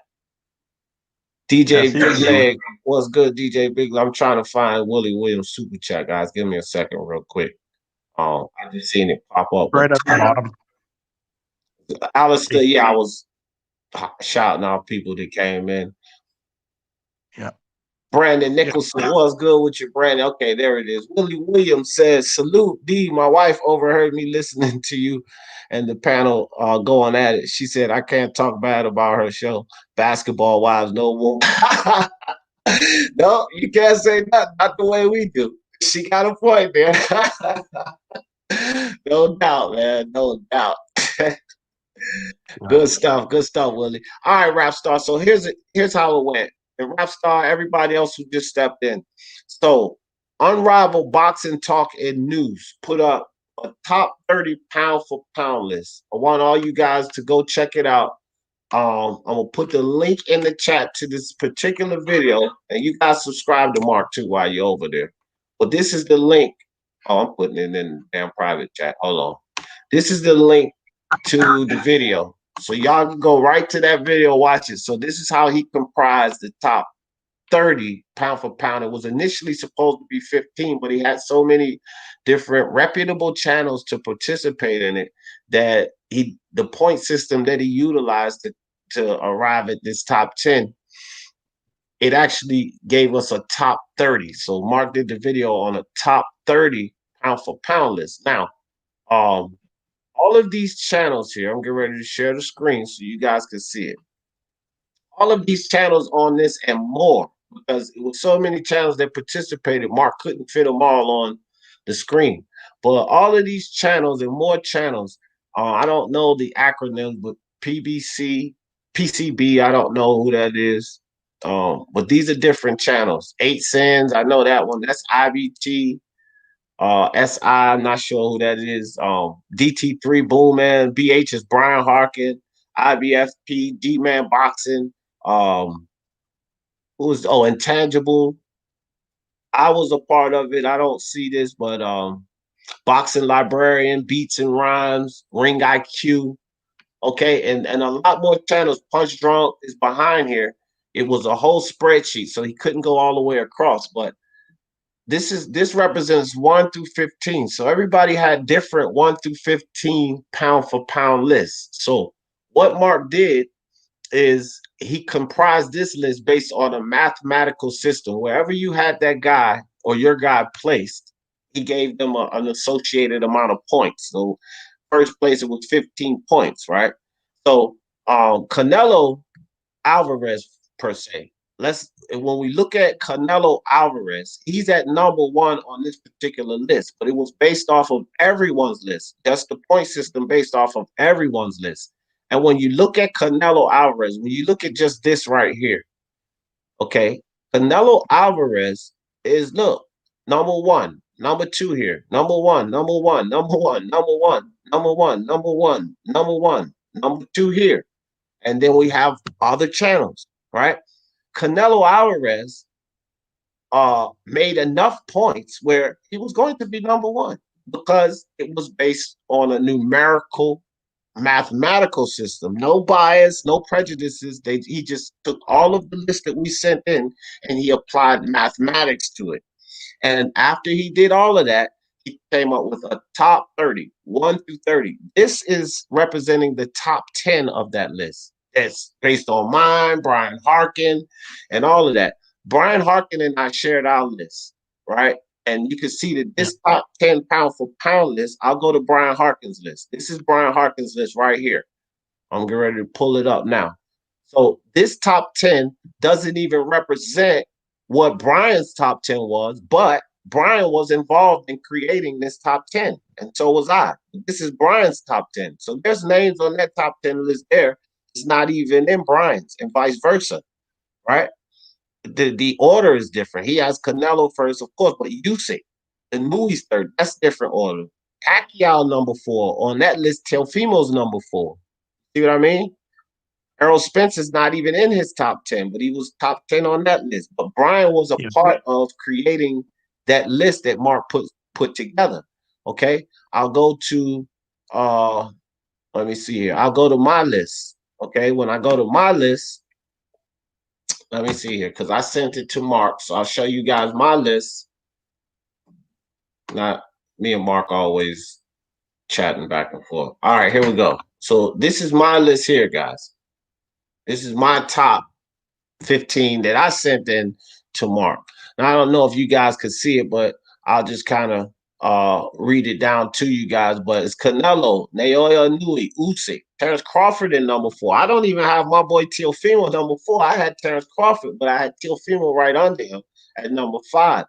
Lomachenko is number 9 on the list we have here, but I have him at 6. Jamel Charlo's not on that list, but I think somebody, Syfe Bud asked. Syfe Bud, there you go. I have Jamel Charlo at number 7 on my list. Just like you said, Syfe Bud, over Errol Spence. I agree with you. Charlo over Errol Spence because he has 3 belts, and his job at getting those 3 belts, in my opinion, was tougher than Errol Spence's.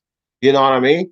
But even still, he has three belts. He had to go win his belt back, which means he's also a 2-time champion at 154. That's something else that people don't consider about Jamel Charlo, because he lost his belt. When he won it back, that means he became a 2-time champion. I have Leo Santa Cruz at number 8 because this is something that people don't think about with Leo Santa Cruz. He just achieved 4-division champion when he beat Miguel Flores to win the WBA belt.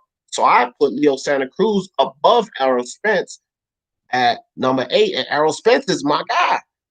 Errol Spence is my dude. So I have him at 9, and then I have Josh Taylor at 10. So my whole point with this, guys, is that none of your own individual particular lists will probably match up with this list. And that's because it was comprised of many different boxing minds. It wasn't just taken from one guy, you know? So you got it, Rap Star?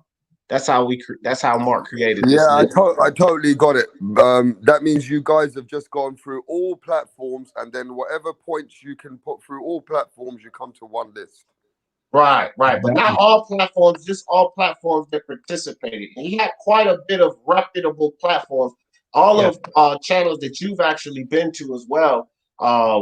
Rap Star. He had Ring IQ in there. I know I've seen you over there. He had Beats and Rhymes, Boxing Librarian. His own channel was involved. This channel was involved. Brian Harkin is here with us. He was involved. Intangible, IBT, and so forth. Yeah, and you can't involve the channels where I've been, where they're just riding for like Devin Haney and stuff. Even though no, actually you can. Actually, you can. They didn't involve themselves, did they? But they did. They did, No. and that's why I'm gonna talk to Mark about doing this again. And I would like to get some of those other channels involved because it still gives you a fair basis, because they're gonna have their guys, right? But if you take your whole 15 list and put it in there and plug all the numbers in, it's not gonna sway this but so much, because it's just one list based on many. So I would like to see more people get involved, especially people that have an opposite of opinion, the L Dogs, the Philos, the Iceman. I would like to see them get their list involved, you know? Yeah, no, that, like, it was fun doing it, Yeah, well, I ain't changing my list no time soon, so shit, if he does it again, like, I already have my list created. I would just say, hey, I'm gonna use the list I gave you already. I'm the same.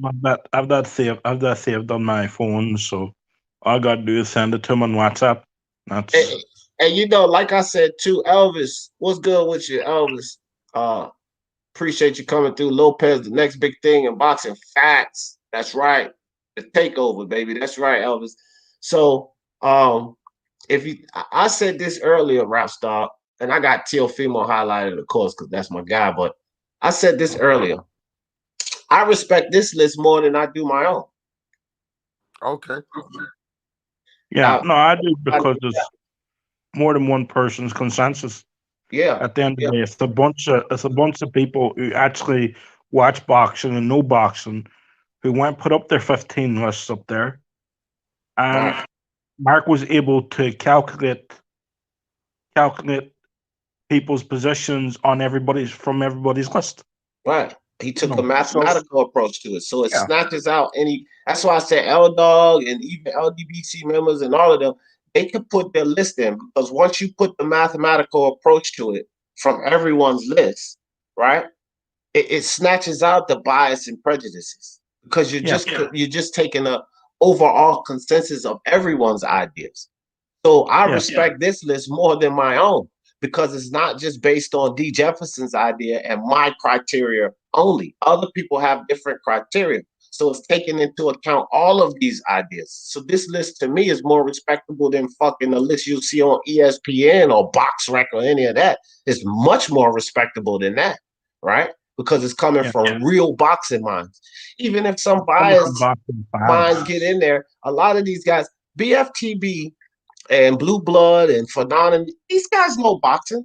Don't think they don't know boxing. I always say they don't know shit about boxing, but the reality is they don't report the truth about boxing, but they know boxing. But Fanon is a different hold on kind right of quick. show. Hold on right quick. To create these dumb fucking narratives, right? You have to be able to finagle the truth. So they know the truth to be able to create these narratives. This is what we have to understand. If you create a narrative without factual information, then it's easily going to be drilled through. You're not going to fool people with that. So you have to know boxing to create these silly narratives. So these guys know boxing, right? Yeah. You got to take into account like a lot of what they say. So MMA champ, here's his list. Navarrete. Now this is a list that you call completely biased. This is a biased list. Okay. Navarrete number 1. Okay, Loma number 2, even though he just lost all his belts, right? Julio Cesar Martinez number 3, who has proven nothing, right? Tank Davis number 4. Are you fucking kidding me? Right? Now, I will say this: with all of that and how I broke down his list, Anui, Usyk, Taylor, Crawford, White, Dubois, Daniel Dubois, number 9, and Mike Tyson, number 10. Okay, right. So, but this is his opinion. Now, it's absolutely ridiculous because Mike Tyson's a retired boxer, so he can't be on the pound list. So it's absolutely a ridiculous list. He's not a boxer. He's not signed up as a professional boxer. He's getting ready to do an exhibition match. Me and Rapstar could do an exhibition match, right? He's not a boxer. I'm looking to do that soon. That would be cool. Not with me though. I don't do no boxing. But yeah, but this is a beautiful way that he comprised this list, and this is what we came up with. This is what we have.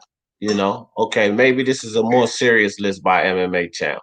Okay. Yeah, but I just want to let you know. Hello, Crawford, Loma, Nua, Usyk, Taylor, Joshua Pacquiao, Teofimo, Dermel better be okay. That's more of a reasonable list. I think that last list was him trolling. That's a reasonable list there, right? And so those points would be factored in.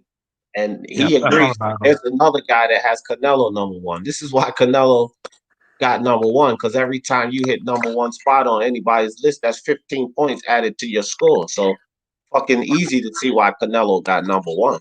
Even if Fanon ballhead ass don't put him on there because he's a cheat or whatever, he's still gonna be number 1. But Fanon not even having him on the list altogether, Canelo would still be number 1. But Fanon could complain but so much because he provided input in on this list, right? So anybody who provided input in on this list, you can complain so much because it took your criteria, your biases, if you have them, and it eliminated all of that by taking a mathematical approach to it. It eliminated all of that. Yeah, but you mentioned these guys, yeah, we come from different country. When Fanon is coming on his own show, say that he only rides for the Brotherhood and the Black Fighters, that's not a boxing show anymore. That's a whole narrative show. So boxing hardcore fans can't support shows like that, bro. Yeah, but I mean, again, they push narratives. This is all it is. They just push narratives for their fighters. You got to realize this too. With Rapstar, a lot of the fighters that they have on their list, they have accomplished. It's not like they don't have fighters. Even if I don't agree, Errol Spence number 1. Fanon has Errol Spence number 1. But what he really said is if he beats Danny Garcia number 1, either way, he's not number 1, right? But if you take that into account and you take the Danny Garcia win and you put him number one, the thing is, even on their list, Rapstar, they have guys that have accomplished. Errol Spence is a unified champion at 154. Does that validate number one when you beat Brooke 3 years ago and you barely get past Sean Porter? I don't think that validates number one. 147, right. I don't think that validates number one, but that's his opinion. That's his list. I offered him and BFTB, who had Gary Russell in the top 5 pound for pound, to come debate me on their criteria. Give me your criteria, and I'll debate you on that dumb shit, because there's no criteria you can give me to put Gary Russell top 5 pound for pound, you idiot. And for none, Errol Spence number 1 pound for pound after Garcia win, you idiot. Neither one of them on your own criteria. They couldn't. Errol's my guy, but and you have to imagine too that this list was made after the Teofimo Lomachenko fight, right? This is when he asked me to do the list. He goes, will you do a list for me, top 15 fighters? This was probably the Thursday after that fight happened, maybe the Wednesday. You know, so you know, and I had my list to him the next day. So, you know, that's what you gotta figure out too.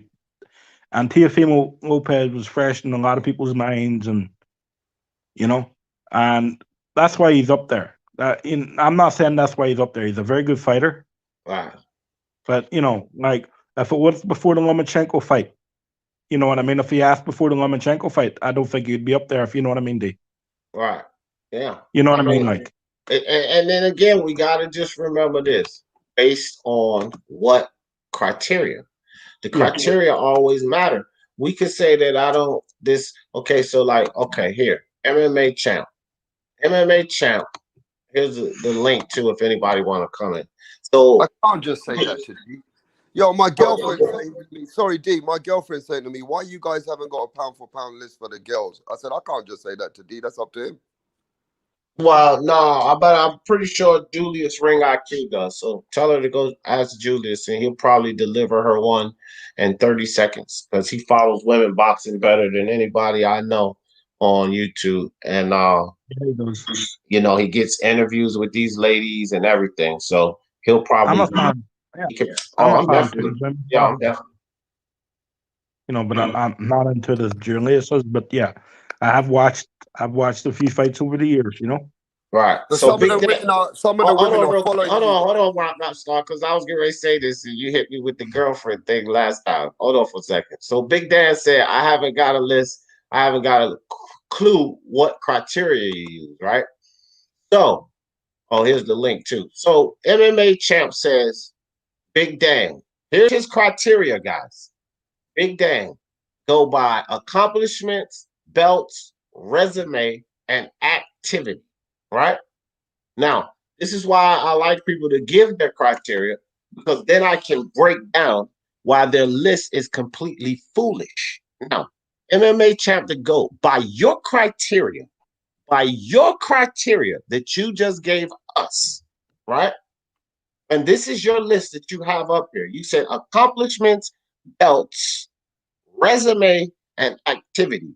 You have Navarrete, number 1. You completely trash your list by your own criteria. Right off the bat, you have completely trashed your own list by your own criteria. And many other fighters that you have behind Navarrete, behind the number 1 spot, it does not work by your criteria. This is why it's always good to get people's criteria. But without the criteria, without anybody's particular criteria, that's why what Mark did was damn near genius, because he takes a mathematical approach to everyone's list. He puts numbers to it, right? So this eliminates crap like we just seen from MMA Champ. It eliminates that because based on his own criteria, his list is doo-doo. On your own criteria, your list is not even fair based on your own criteria by putting Navarrete number 1. It doesn't work. That's hilarious. I can't believe you guys ain't got Tyson Fury in the top 10. Well, he's on the top 30, so make sure you go watch that video. He's actually in the top 30. He got some votes and stuff. I don't want to watch that video now because he got to be in my top 10. Well, here's the thing, right? I tried to do the old, what I think. I tried to keep away from heavyweights. I think he would have made my top 15. Tyson Fury, if I really pushed it. Well, Tyson Fury is my guy. Everybody knows that here, Rap Star. I don't know. Soon as people I don't know start, that. I didn't know that. I didn't know. Well, look how fast I got this on speed dial. You see that? I mean, that's my dude. And people that been following me know Tyson Fury is my heavyweight. That's my guy.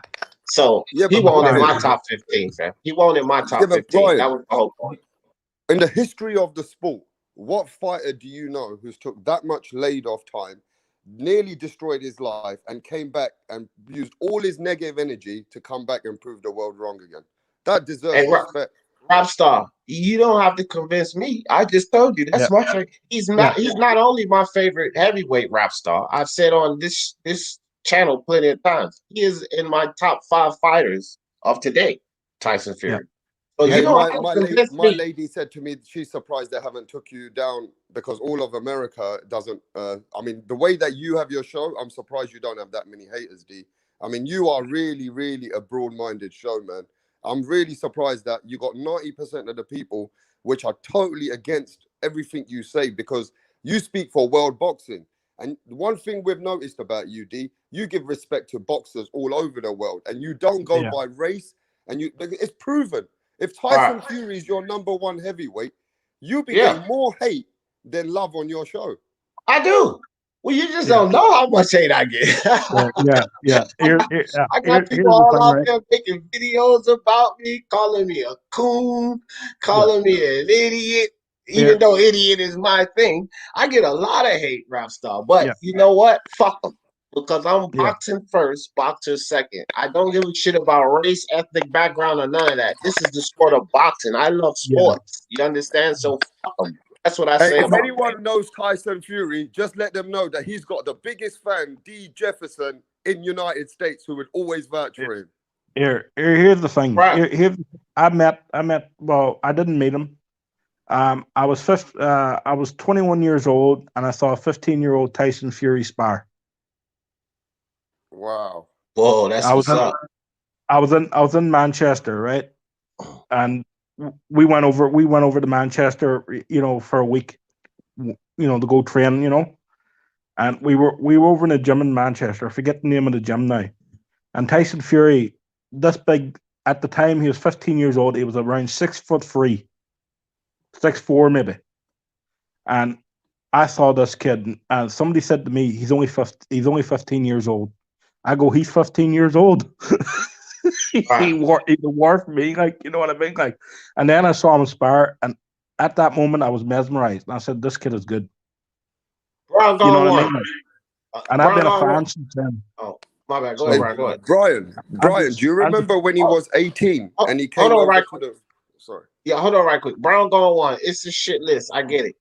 You got 3 minutes. Give me your top 10. Give me your criteria. 3 minutes, because I don't want you doing no bullshit. Give me your top 10 real quick and give me your criteria. And then we'll talk about a shit list. Go ahead, Rap Star. Go ahead. No, I was just saying to Brian, you got to look at Tyson Fury believed in himself when he was 18. Do you remember he got that contract? I think it was Channel 5 or Channel 3. I'm not sure. But he came on TV. I think it was Channel 5, yeah. Yeah, he came on TV in London and he said, I'm gonna be the next world champion. And he came out with all that bullshit. Nobody believed him in the beginning. Remember that? No one believed him, right? But I saw him spar. I saw him spar when he was 15 years old. I was 20, 21. I forget what age I was, and I was like, this kid's amazing. A guy that big shouldn't be able to move the way he does in the ring. And that was my first initial thought. And then, right, as time went on, I like this kid, I like this guy, he's a good boxer, and I followed him since then, even though he might not have a freaking clue who I am. I've been a fan of him since then. So, he's one of the first strongest men, Brian, to say that he went through the worst time in his life of depression. Do you know how many people it takes guts to turn around to tell everyone I was depressed and I was in a corner? So he's also riding for all those people which feel low sometimes in life. You know what I mean? Yeah. So Yeah, you gotta I've respect dealt that. with depression. Yeah. I've dealt with Well, depression in the past. then you can respect. Can you admire how much guts it took him to use it all into a positive energy? Yeah, I can. All right. Can absolutely. Yeah. But Big Dan says, Big Dan, you gotta be trolling. Big Dan is just trolling. So yeah, let me pull that down.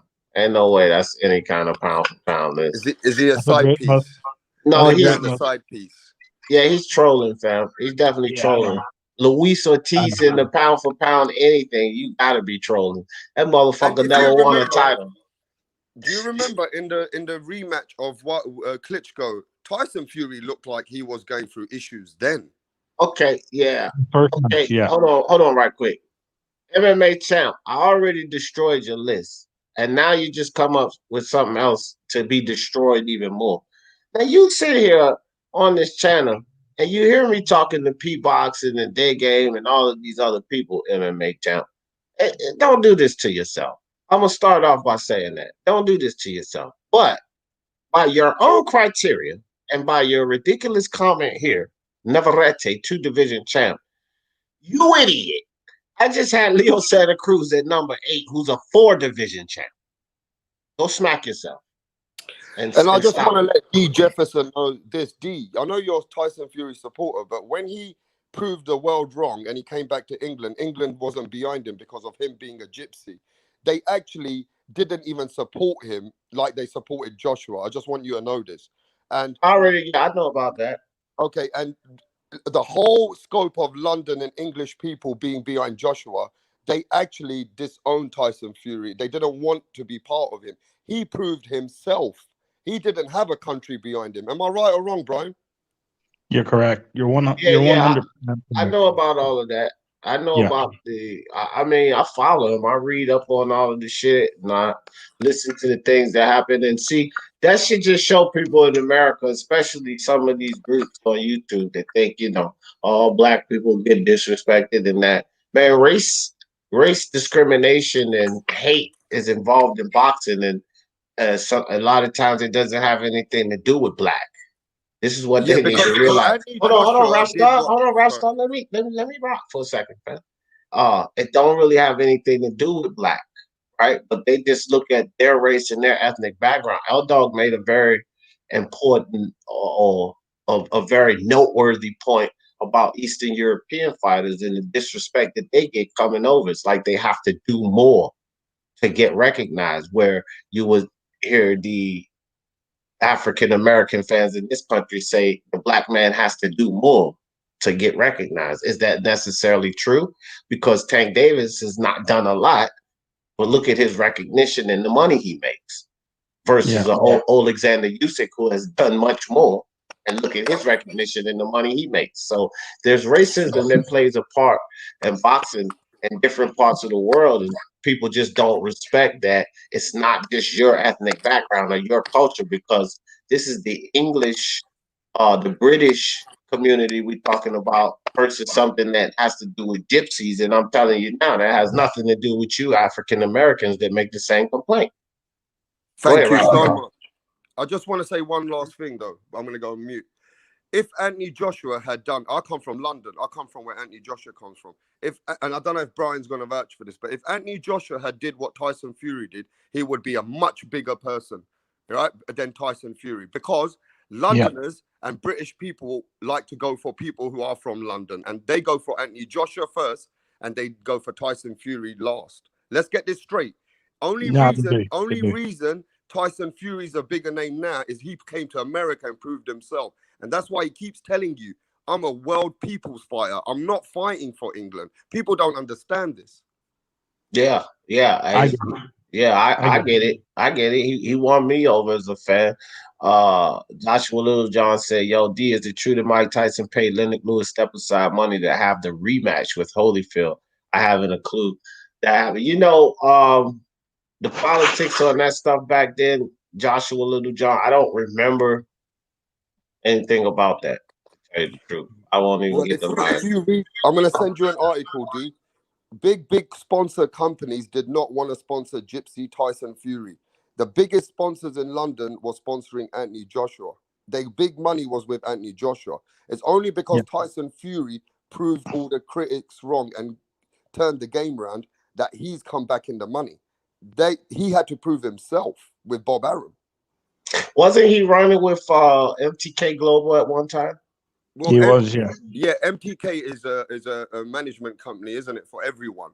So what I'm saying is though, Anthony but Joshua they got a lot of pull in the boxing world because of they do. Hennigan or whatever. Well, you got to know MTK, right? D, if you already know, right? There's some heavyweights, man. There's serious heavyweights. Yeah, that's what I was just saying. They like Jay Prince on that side, but they got a lot of pull.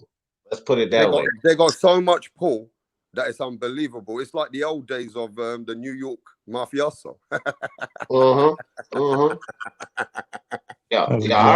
I told you, rap star. I look into a lot of shit, bro. I'm not just trapped in this American bubble and just pay attention to these fighters or black fighters or Puerto Rican fighters.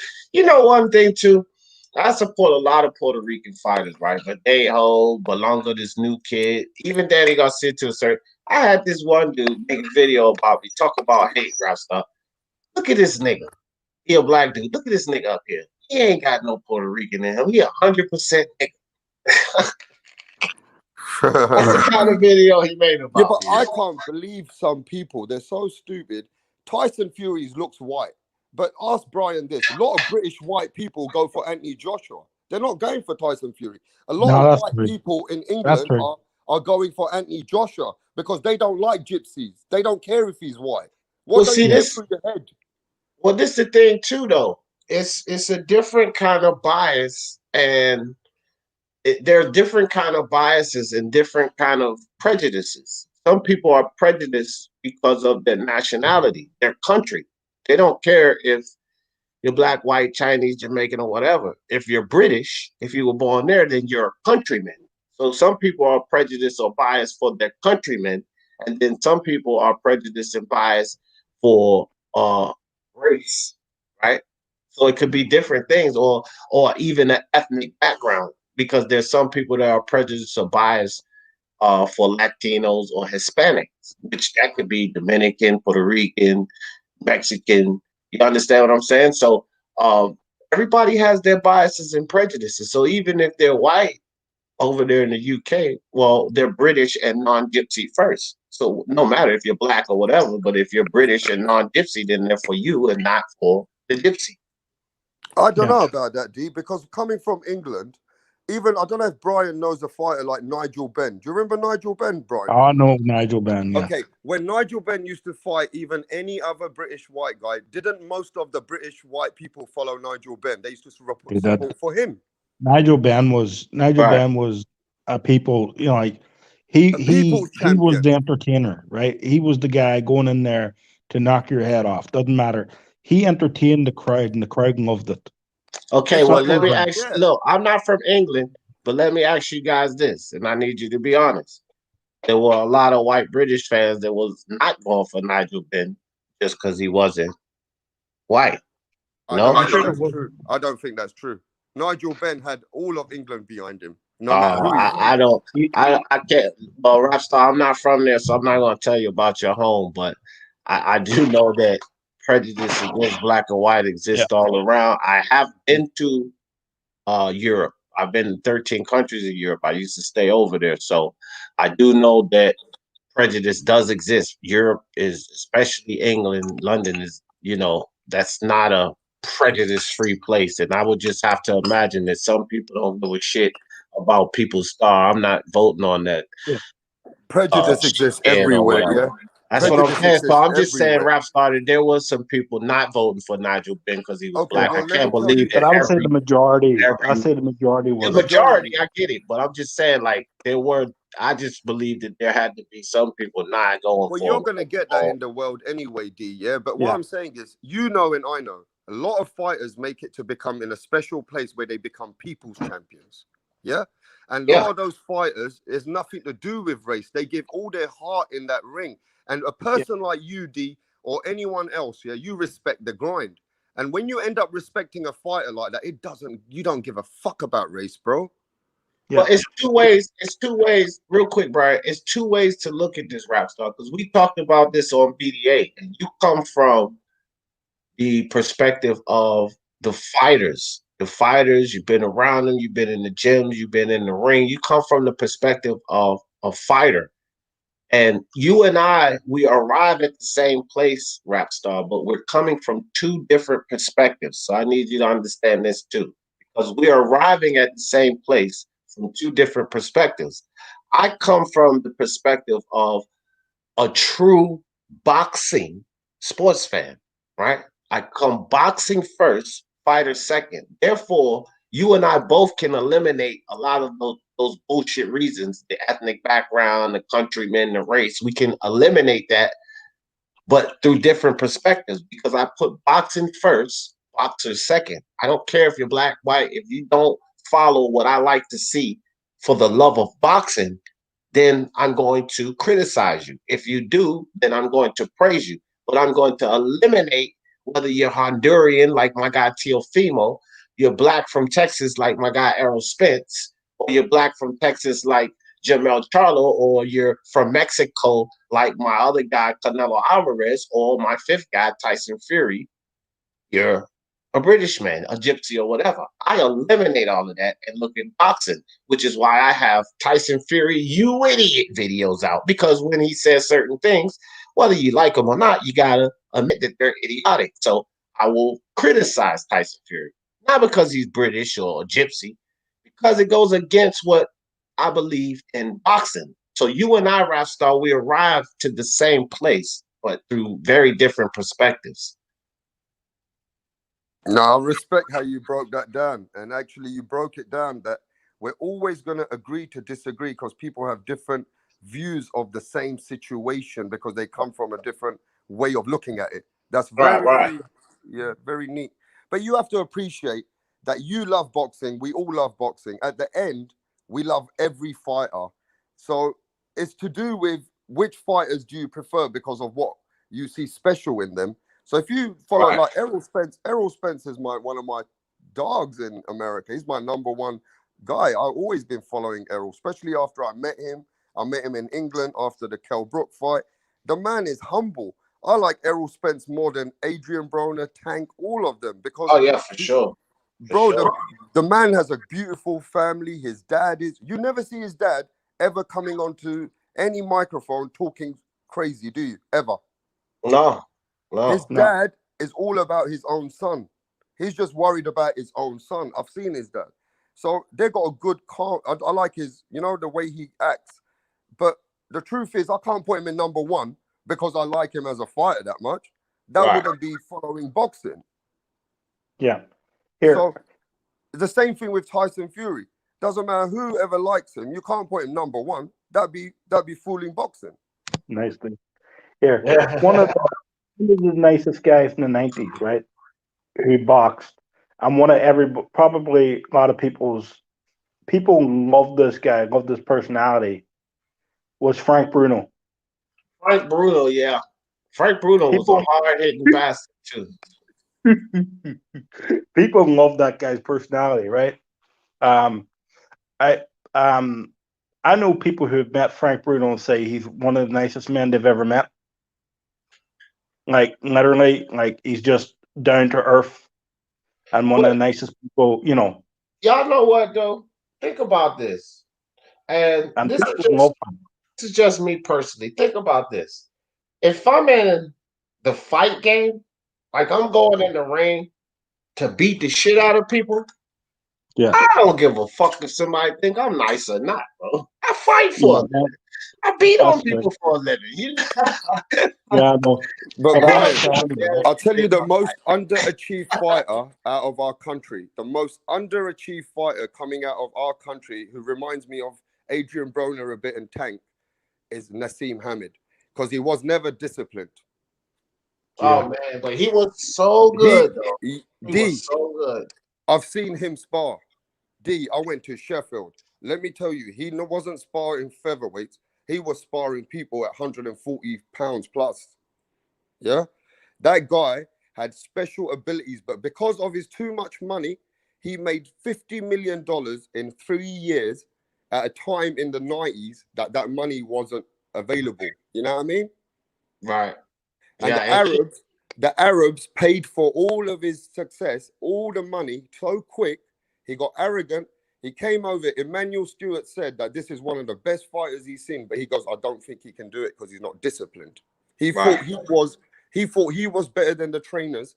And I'm telling you now, he would have done a lot more. He would have gone in there, revenged his Barrera loss, come against Eric Morales, and he could have been a legend. But he was the most underachieved because of his mentality, money, and this is what I say about Tank and Adrian Broner. If they don't listen to the Mayweather code, they're not going to make it. Well, Don't matter Broner's how good already you are. too late. What's that? Oh, I said with Broner, it's already too late. With Tank, I agree with you because he's only 25. But with Broner, it's just a wrap. He can't turn it around at this point.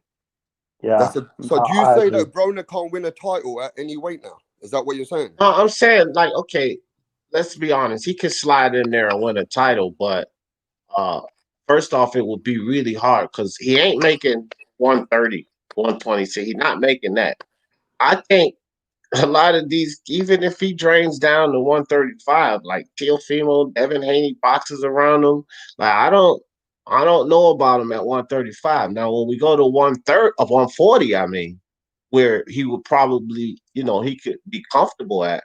Man, Josh Taylor and Ramirez, they dogs, and Regis program, they dogs. Regis been calling him out anyway. Bring your Yeah. ass in the ring. So where's he gonna win about that?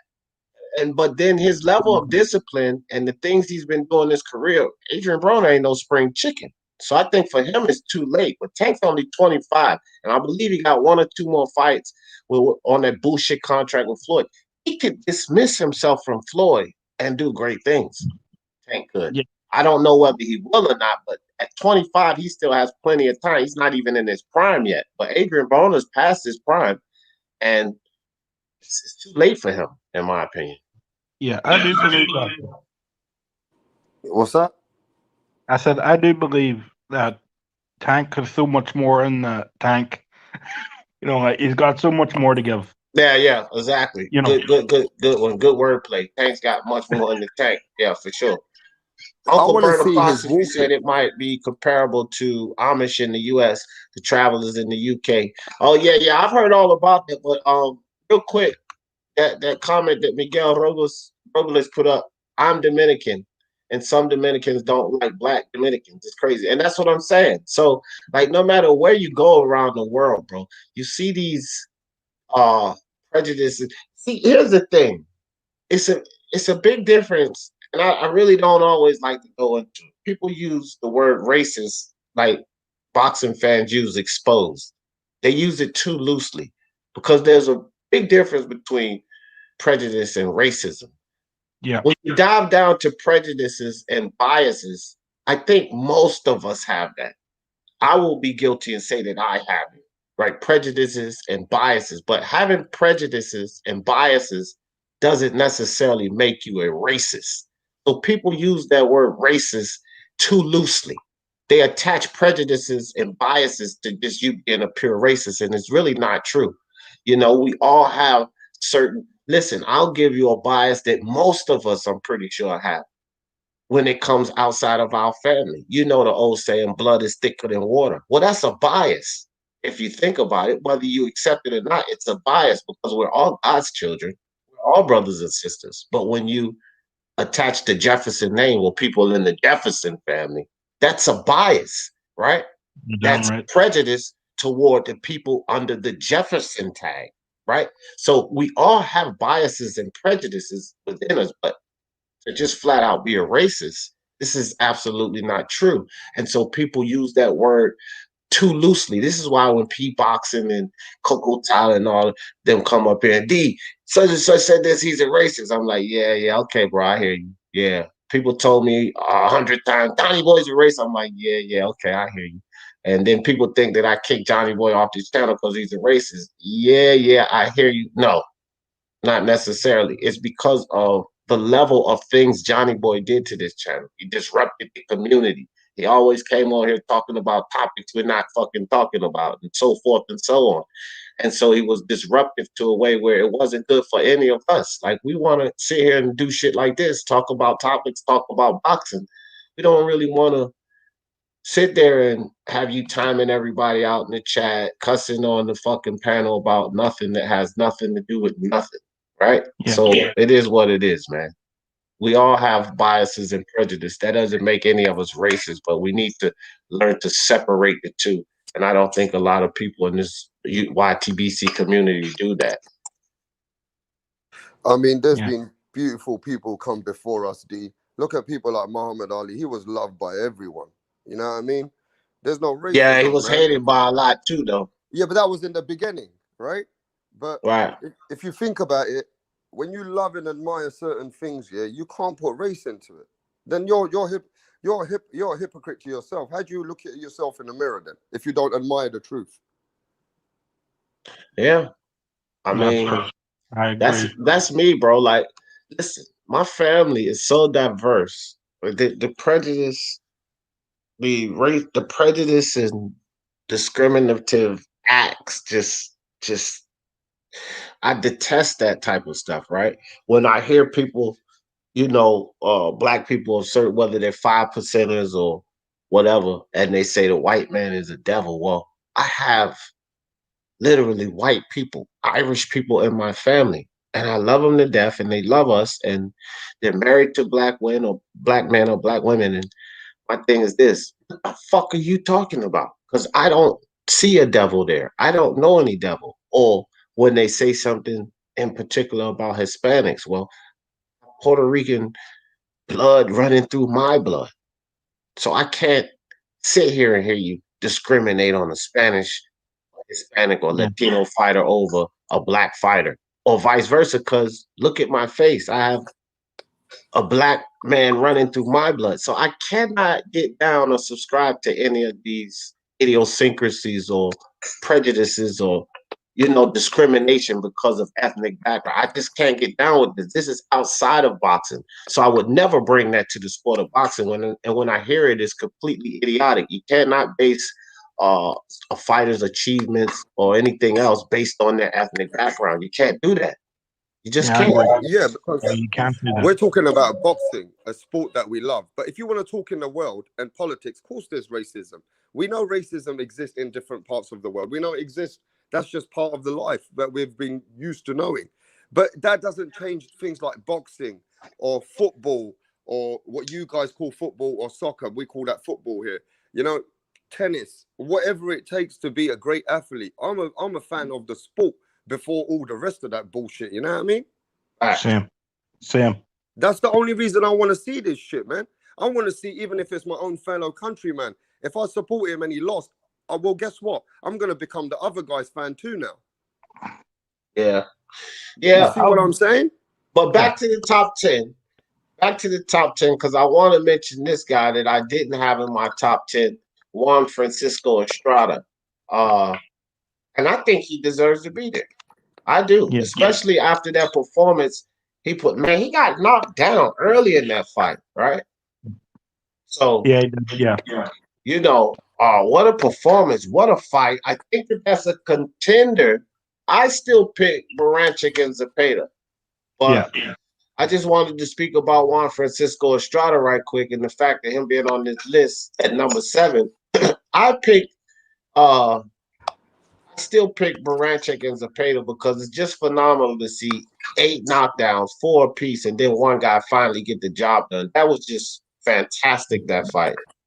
Full of action and everything you want to see. But Juan Francisco Estrada, that fight was like a slugfest, a battle, a show of heart between both guys.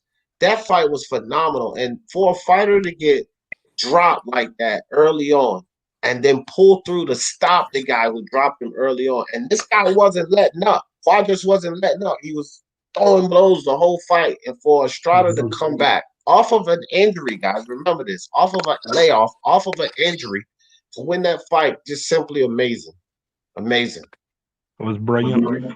I give my list before the Estrada fight. So I did. So I might have had him higher up there, but let me tell you something. I was thinking about putting the Strat up higher, and I Right. looked at it and I was like, there was other people I wanted to put in the list too, and I just couldn't because it was only top 15. If you know what I mean. Yeah. No Hey, doubt. before we carry on, don't forget with the chat, like and subscribe. D brings these facts every day. He's grinding. Since I've been on the YouTube circuit, I got a couple friends coming on whenever I'm around. So don't forget to support, like and subscribe, and support the grind, man. D, you grinding all the time for all of us fans, man. We appreciate you. Appreciate that, Rap Star. Hey guys, I put the link in the chat. Funny fucker, what's up, fam? I put the link in the chat to this video, the top 30. This list comes from top 30 list that was comprised by Mark Unrivaled and many respectable channels gave their input, sent Mark a top 15 list. So Mark used all of that for data and comprised this list through a mathematical approach. So he didn't decide off of everybody's list. He just did a simple mathematical approach. He attached points to first through 15th place, and he comprised the list of the top 30. So you guys get over there and check it out. Phenomenal job by Unrivaled. He inspired this live today. Just wanted to put that out there, guys. And that link in the chat is to Unrivaled's video. So go check that video out. But yeah, guys, so we can talk about anything now, guys. I mean, Well, the I prediction would like is done. to talk about boxing, but I don't want to Well, stay you've on already it. predicted the fight, D. You told us Tank's going to win, and he's going to win by the 6th or latest, 7th round? Is that what you're saying? Yeah, well, I'm saying the 6 is the latest. Okay. I don't think he make it past 6. I'm picking 6-round knockout. That's my pick. I just think that he's going to stop him. Like for the betting people out there, if you're putting this in a parlay or anything, just pick inside the distance. Inside the distance, you could put Tank inside the distance. I don't think if you believe in Leo Santa Cruz wearing Tank down and stopping him inside the distance, I would just go inside the distance for the fight. But I would specifically say Tank wins inside the distance. It's pretty good odds on that, like plus 250. So you bet $100, you win 250. You take back $150. So I would put that inside the distance because even if I'm wrong and it's not in 6, Leo's not making the 12th round. He's not making it out of that 12th round. So go inside the distance, Tank Davis, easy money. Yeah. Where have you got him, Brian? Where have you got him? First time I heard about the fight, I said 5th round knockout. Tank Davis will knock out Leo Santa Cruz in the 5th round. And I haven't come off that. Okay, well, then Brian's under 6 as well. I'm going to give Leo Santa Cruz a bit more respect than D. I'm saying Leo Santa Cruz has trained his hardest. He wants to prove his dad.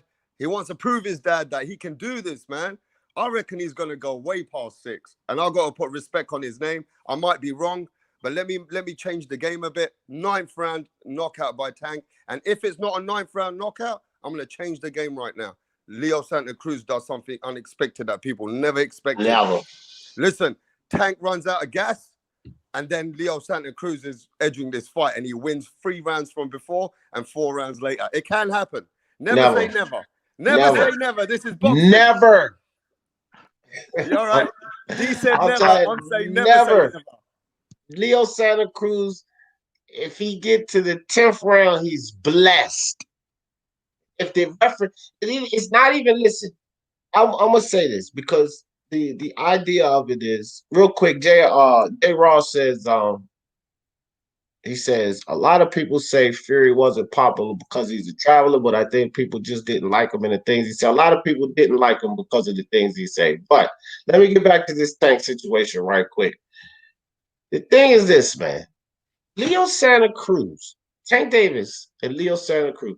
The whole thing is this: it's work rate and it's Tank's gas. That's the thing. This is only Leo Santa Cruz's chance. Most people say the same thing: work rate and Tank's gassing issues. Well, we have to understand this. Like this is what you have to put in perspective when you're looking at this fight. If Leo's main chance is work rate and Tank gassing out, well, Leo's work rate went down at 130. And this was against a Miguel Flores. And it didn't go down a little bit, it went down significantly. Now, number two, Tank discipline went way up for this time frame. Because not the camp, he was already in discipline before the camp fucking started, man. Way back during the Devin Haney incident. This is when the dude started getting in shape, started getting in the gym, started getting focused. When camp was started, he was already on track. The dude was already shaved down. He didn't have the fat. When this camp started, the dude didn't have the fat. This is what people have to realize. So if we're leaning on Tank's gassing and Leo's output, well, Leo's output went down and Tank's stamina has gone up. Now, what is left in between but a Leo Santa Cruz demolishing? Yeah. I think, yeah. But when have you ever seen Leo Santa Cruz ever demolished in a fight where you thought it was a career-ending loss for him? Never. The only question I would say is, when have you ever seen Leo Santa Cruz in a fight with a guy that hits like Tank Davis in a weight class he's not even accustomed to? Never. That's a fair point. You know what I mean?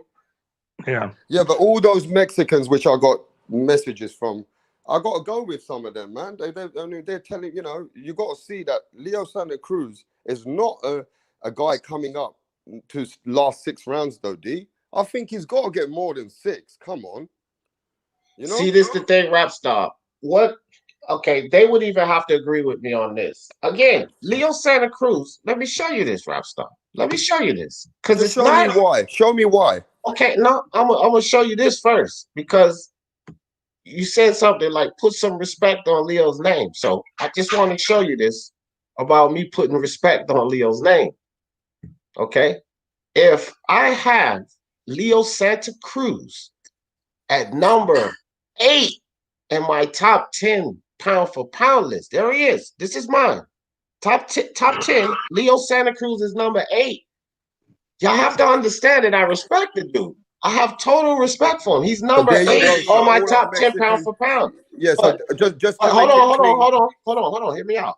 But again, remember how I approach things. I put boxing first. So even though Leo is top 8 on my pound for pound, I have to put boxing first in this situation. And boxing tells me that if this guy's work rate has slowed down, Tank's stamina has increased dramatically. Tank's discipline has increased. Tank focus has increased. Tank already had the power advantage. Tank already had the strength advantage. Tank already had the size advantage. Bro, Leo Santa Cruz, most successful way to win is what? To come forward. He's not good off the back foot. Coming forward is his most successful way to win. Leo Santa Cruz fighting Tank in his most successful way to win plays right into Tank Davis's game, and he gets stopped.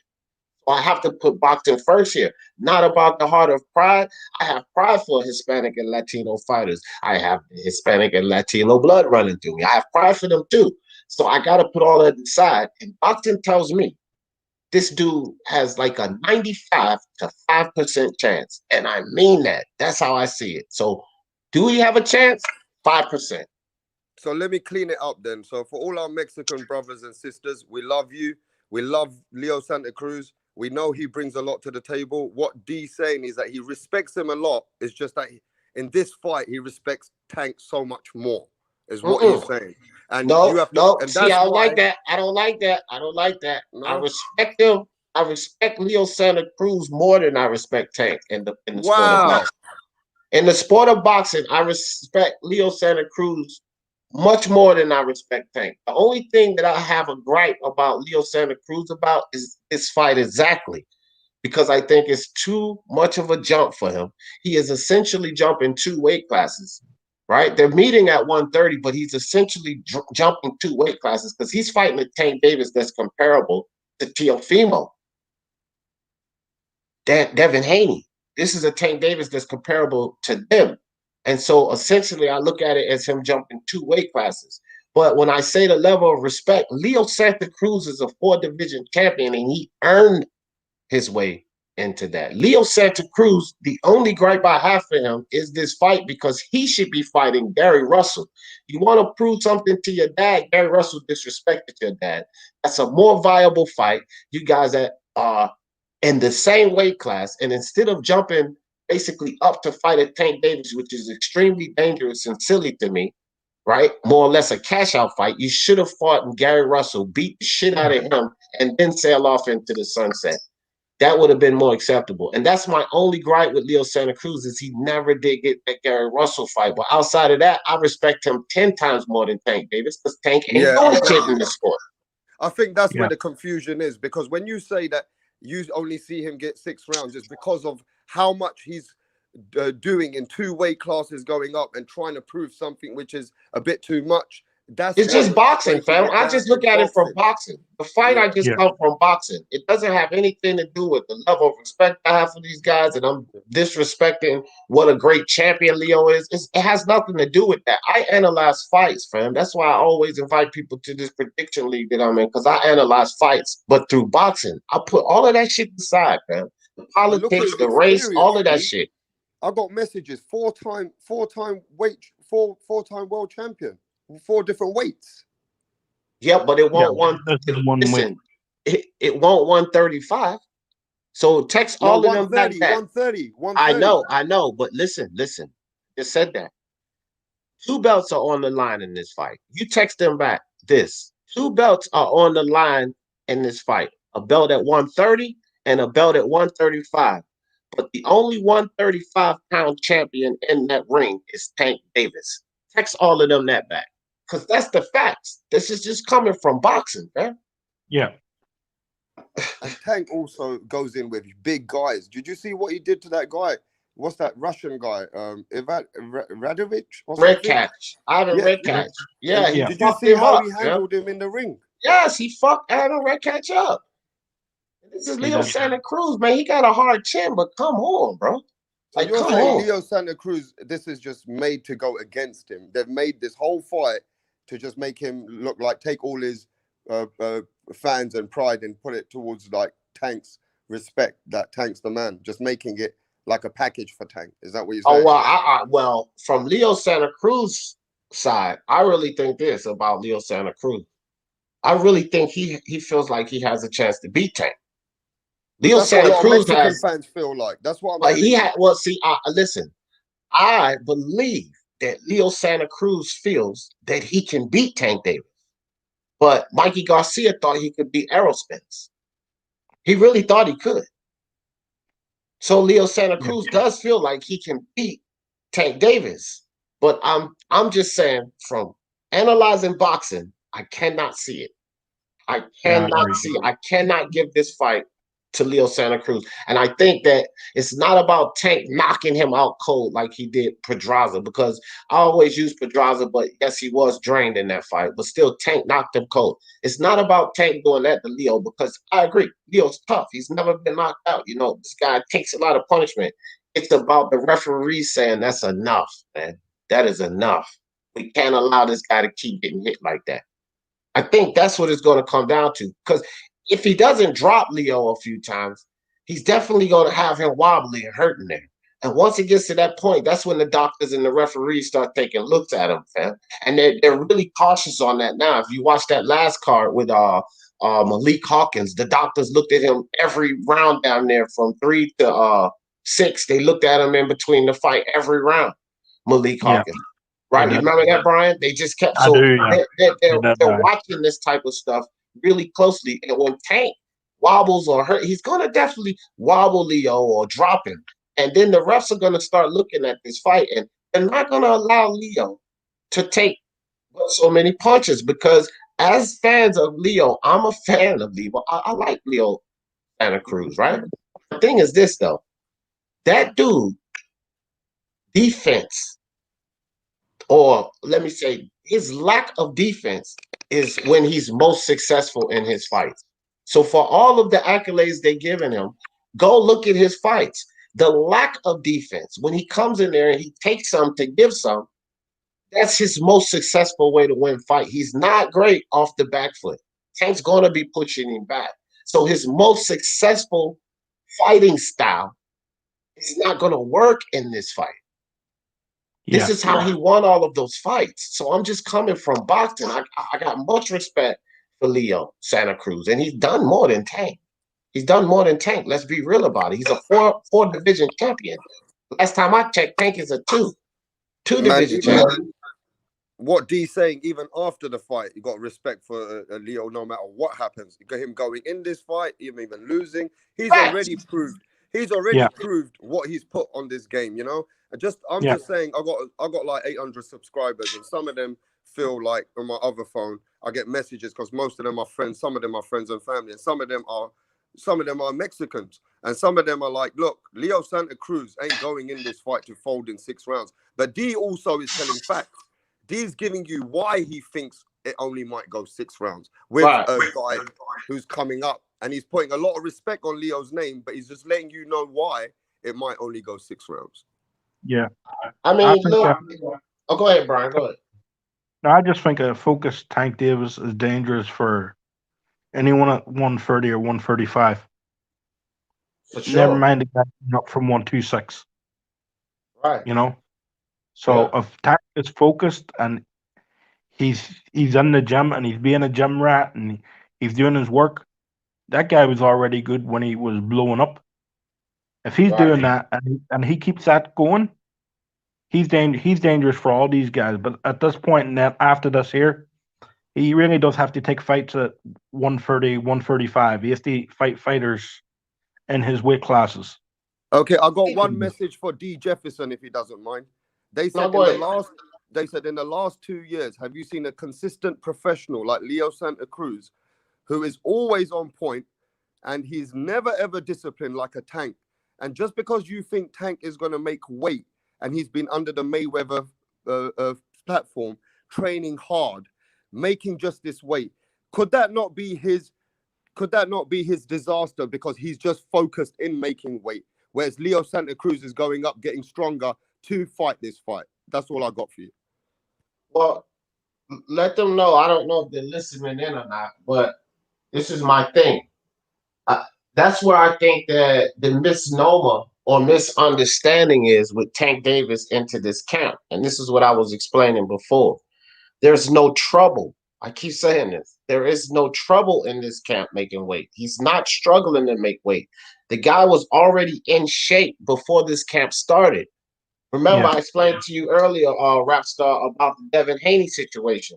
Well, if you were following Tank back then, he was already in the gym. He was freaking messing around with Virgil Hunter and what's the other Dadashev's coach? What's the guy that coached Dadashev? These coaches, their name slipped my mind. But anyway, you know who I'm talking about. So the weight has no issue. Buddy McGirt, was it? On Friday morning. Buddy McGirt, right. He was working with Buddy McGirt, huh? So they said tomorrow, on Friday, they said you will see if Tank looks drained at his weight, or does he look like he's happy at that weight? And a lot of people think that weight thing could be the only thing favoring Leo Santa Cruz. That's what they think. Well, I don't necessarily think that, because that's now, see, that would be going on the lines of being unfair to Leo Santa Cruz, right? Just to say that the weight thing is the only thing. No, the guy's a good boxer. You're not a fucking 4 division champion by being some slouch or some bum, right? Yeah. Leo Santa Cruz is a good boxer, and he can box. He can box Tank. He's longer than Tank. He may be able to keep him off at times. I just think that Tank is too explosive, too fast, and Leo can't hurt him. Like, even his fans have to be honest. He showed his most power at 122, not at 126. Leo showed his most power. I followed Leo Santa Cruz. I watched a lot of his fights. I like him, right? But his most power, he was most powerful at 122. At 126, he wasn't doing to guys, hurting guys the way he was at 122. What he was doing was outworking guys, right? Because his work rate is high. He was fluent at that weight. But this is a man that has come up from 118. He's a 4-division champion at 118, 22, 26, and 30. And he just got it at 30 with Miguel Flores, which is why he's in my 8th spot, because he just went 4-division champion with Miguel Flores. But as fans of Leo Santa Cruz, you have to be honest with yourself. His work rate slowed at 130. Although he still prevailed, his work rate slowed down. So if we're depending on work rate, we have to look at the Miguel Flores fight. We can't look at fights at 122 and 126 because he's not fighting at that weight. He's going to be fighting a bigger, stronger guy, not taller, but bigger and stronger at 130. And if he was the stronger guy against Miguel Flores and his work rate slowed down, then what's going to happen versus the bigger, stronger guy? We got to be reasonable about this. Yeah, no, I agree. Here, they head off. All right, Brian. Appreciate All right. you, fam. And see you later, 2 Rap Stars. Sure, I'll see you on plenty more. Yeah, Brian. I know. Nice to meet you, mate. You're from Ireland, yeah? I'm from Ireland, from Donegal. Okay, yeah. I could tell by the accent. I got a few Irish friends in London as well. You know what I mean? Cool, man. All right, bro. Anyway, everyone have a good one. All right, Brian. All right. So yeah, D, just before I go then, I just feel like, you broke it down really well with the 6th round explanation. It's just that I feel like Leo Santa Cruz has a lot of riding in this fight as well as Tank. He's not going in this fight, like you said, not to win. He is going in there to win. But I think he might play smart to override the 6 rounds. I do see Leo Santa Cruz's game plan in this fight is he thinks Tank's not going to start early as well. Remember that. If you think Tank's going to start That's a early, mistake. Tank is definitely going to start early. but you know that Tank gasses out, bro. You know this. You've But seen this. okay, again, I broke all of that down, Rap Star. No, you did. Listen, what is Tank traditionally been? Through the duration of his most popular career, he's been undisciplined, partying, fucking around, getting fat in between fights. So when you change those habits, not in camp, but leading into camp, before camp, Tank Davis literally, in all of his past significant fights, he has literally never gone into camp in shape. This is the difference. The dude went into this camp, started the camp in shape, fam. So people are like, oh, he's going to be focusing on getting down in weight. A week and a half ago, he was 134 in a workout video. He was 134 in a fucking workout video. You telling me it's going to be hard for him to lose 4 pounds in over 2 weeks? We got to be honest about this, bro. The dude is coming in this fight in shape. The stamina issue is not going to be there. And the reality is Miguel Flores shows you that the work rate everybody is leaning on has slowed down at 130. Okay. So basically, I got most of my money after 8, 9, 10th round. I got Tank winning, but I just don't have it like the way that you have it. And maybe next time I'm going to go with you on the money if you're right. If it's below 6, hats off to you, man. I mean, I see that boy's got a lot of stamina, and I can see him moving around and getting away from those punches for the first 4 or 5 rounds. And I don't think he's going to fight a Leo Santa Cruz fight like he always does. He can't. He has to play a little bit smart. He cannot. But bro, if he comes in there with that bruising style, that plays right into Tank's hand, and he's definitely going to get stopped. But I will tell you this, one more thing, and guys, if you guys Rap Star, if you guys are listening, understand it is. I love Leo Santa Cruz. There's no hate, but you have to. Things that I gave to you guys, but you also have to take into account this. The reason I keep saying his success is with that style that you guys are used to seeing him come forward, high work rate. That's his success in fights. And he doesn't fight well off the back foot. Now he can get clipped off the back foot, right? You're talking about a Tank who can work the body, who could possibly clip him because he's not a good fighter off the back foot. He is in a dangerous spot even by not trying to fight in the way he usually fights. He's in a real tricky spot here. So it's really hard for me to see Leo Santa Cruz, a guy that's not really prepared to fight off the back foot, a guy who has his most success at coming forward, and a fight against Tank Davis like this going past 6 rounds. It's really tough to see that. Hey, there you got it. Yeah, for sure. You broke it down the way you got to break it down. And I don't know, man. I don't think, I think it's divided. A lot of people, probably because they'll give Leo Santa Cruz a lot more credit for what he's achieved and knowing that this is not his weight, but knowing that he's leaded up to it. Because I even got told that he asked for this fight 2 years ago. So it's not like it's not been in his mind that he's always been wanting a Tank at a higher weight. Am I right or wrong? No, you're right. You're right. So Let me ask you this. They can't see something that we maybe don't see.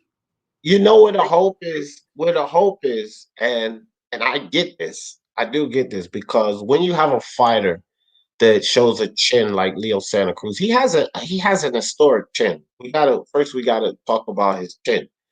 Although it's at 118 to 130, he still has a historic chin. He's been hit, he's not been stopped, so he has one of those historic chins. But that's one of the things that add hopes to this fight. Man, they could keep saying Tank is going to stop him, but he's never been stopped. And so you have to appreciate that viewpoint, okay? And I do appreciate that viewpoint. He's never been stopped, essentially from 118 to 126, because he's only had this one fight with Flores, which Flores was, I think, in 34 percentile, something like that, knockout ratio. So he wasn't going to stop Leo, right? But so we can say that essentially from 118 to 126, he's never been stopped. So their hope, and a lot of people hope, lies in that fact that this guy's never been stopped. What are these people talking about? I want you guys to also think of the flip side of that, because there is a flip side of that. An out of shape, non-dedicated, non-focused Tank Davis getting smacked around on the couch by his hood rat girlfriend, dancing in the clubs with Adrian Broner, coming in between fat like Cabbage Patch Kids. This non-dedicated, non-focused Tank Davis at 130 has never gone without stopping a guy coming up from 126. You can say Leo has never been stopped, but on the other side of him, this is a guy who was completely unfocused, but still stopped every single guy that came to 130 to see him from 126. Think about that. Yeah, I mean, you're right there. Even though he got caught out in some of those rounds and gassed out, he came back with his tank the next round and demolished the guy. So, yeah, we can't lie about that. When they've been complaining about him, he still hasn't given you a masterclass performance, but he's done the job. He's never failed to stop a guy. When he's fighting at 130, he has never failed to stop a guy coming up from 126. So I know Leo's never been down, but that other guy across from you, undisciplined, has never failed to stop a guy. Now you're talking about that guy across from you, completely disciplined and focused, that has never failed to stop a guy at 126. And he's a 135-pound champion currently. That's too much for Leo. So I have a friend, Mr. Diaz. Mr. Diaz is from Cali. I know him. And he says to me, what we got to recognize is that, can you hear me? Yeah. He says that you need to know, for 3-4 years in the making, Leo Santa Cruz's dad, while he was well and not in and out of hospitals, was always telling his son how to beat Tank and making sure he was pushing for that fight. So he says that they see something in that fight that they can, use to their advantage too. But at the same time, he has to prove he's never been, Leo Santa Cruz has never been at that weight and proved it to anyone else. So going in with Tank to try and say that his dad has got a game plan for Leo for a few years, I don't know, man. I mean, I just think that I hope Leo Santa Cruz can put pressure on Tank and bring the best out of Tank and not let it be this fight, which is easy. Because Leo Santa Cruz, to me, he deserves a lot more than that. Maybe Tank is just that good. Maybe he is just that great when he's that focused, D. Because it's not even the fact that I think Tank is that great, because Tank Davis has done nothing in his career to improve his skills. He's only got in the fights that he knew he could win. They never posed any danger to him. The biggest guy he fought was Pedraza. He never posed any danger to him. Gamboa never posed any danger to him, and then pick the rest. So he's never done anything to improve, to hone his skills. Abner Morris and Leo Santa Cruz was wars, right? So it was fights that tested him. He's done things to improve his skills. This is why I told the fans, like, I got way more respect for Leo than Tank. Here's something else that they may be interested in knowing. Hey guys, I actually hope Leo Santa Cruz pulls off the upset. And I'm not saying that to please you guys, because Tank is shit in boxing.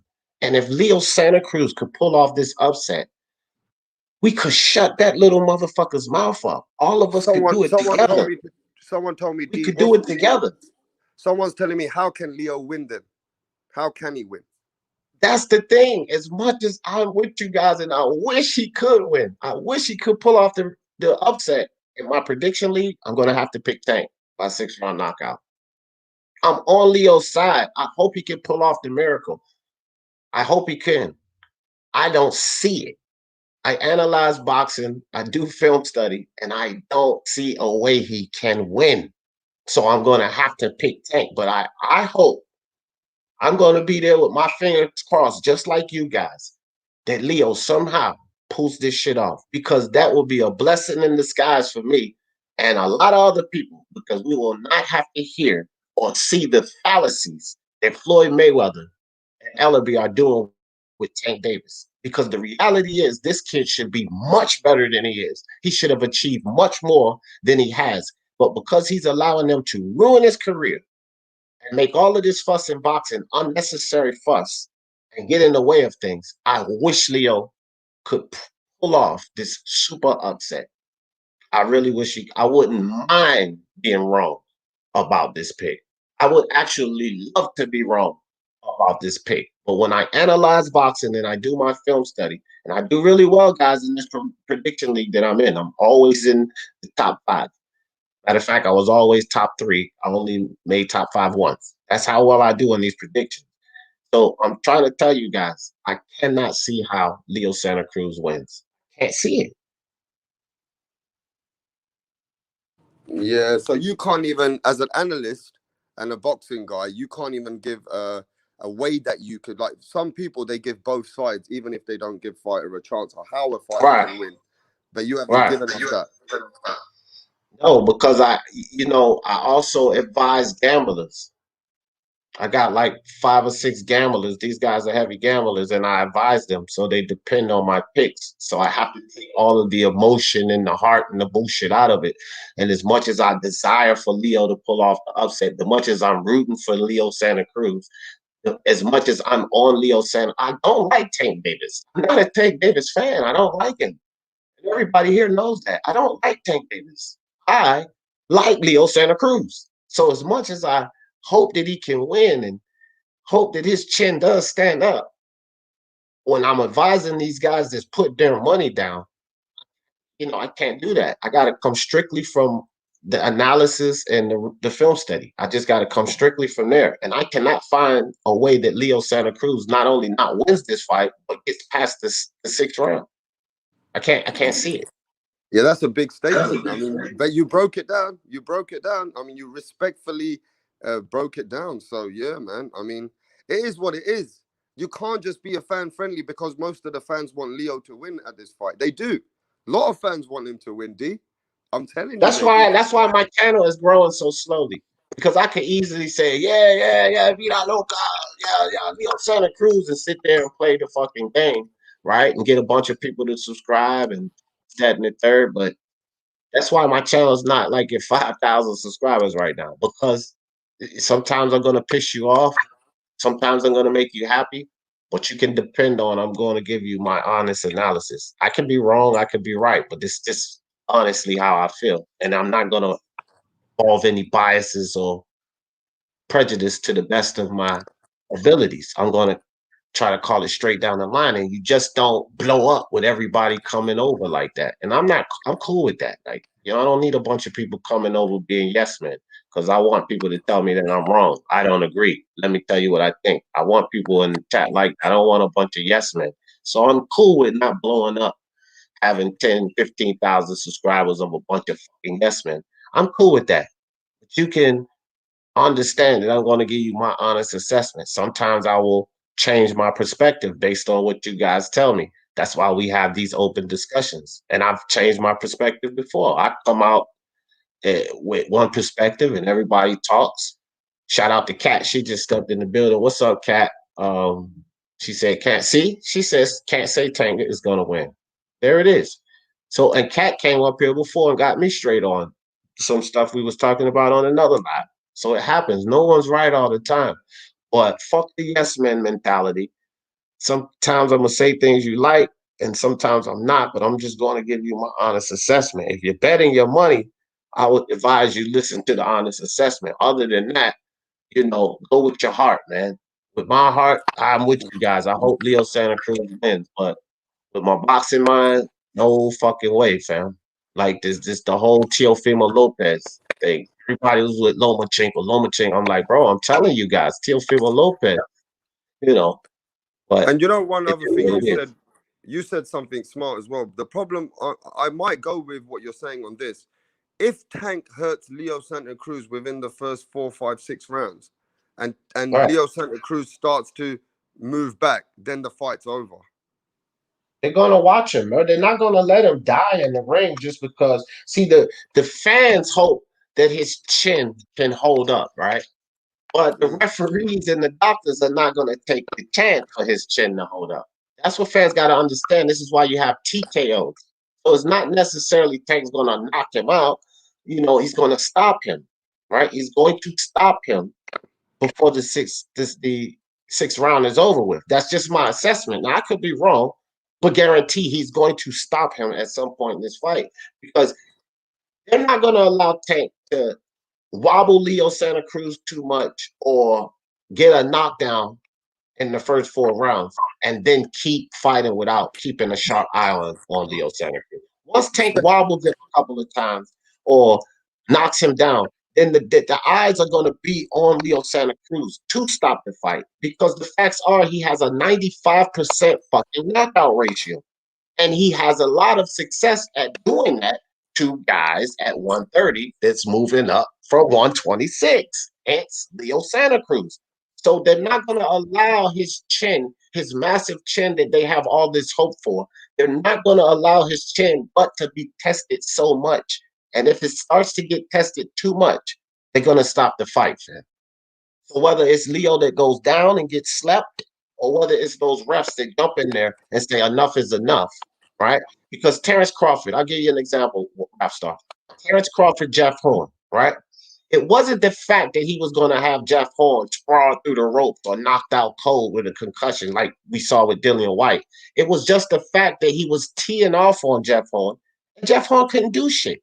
He was taking unnecessary punishment. So the ref stepped in there like, that's enough. That's enough. They're not going to allow this to happen, fam.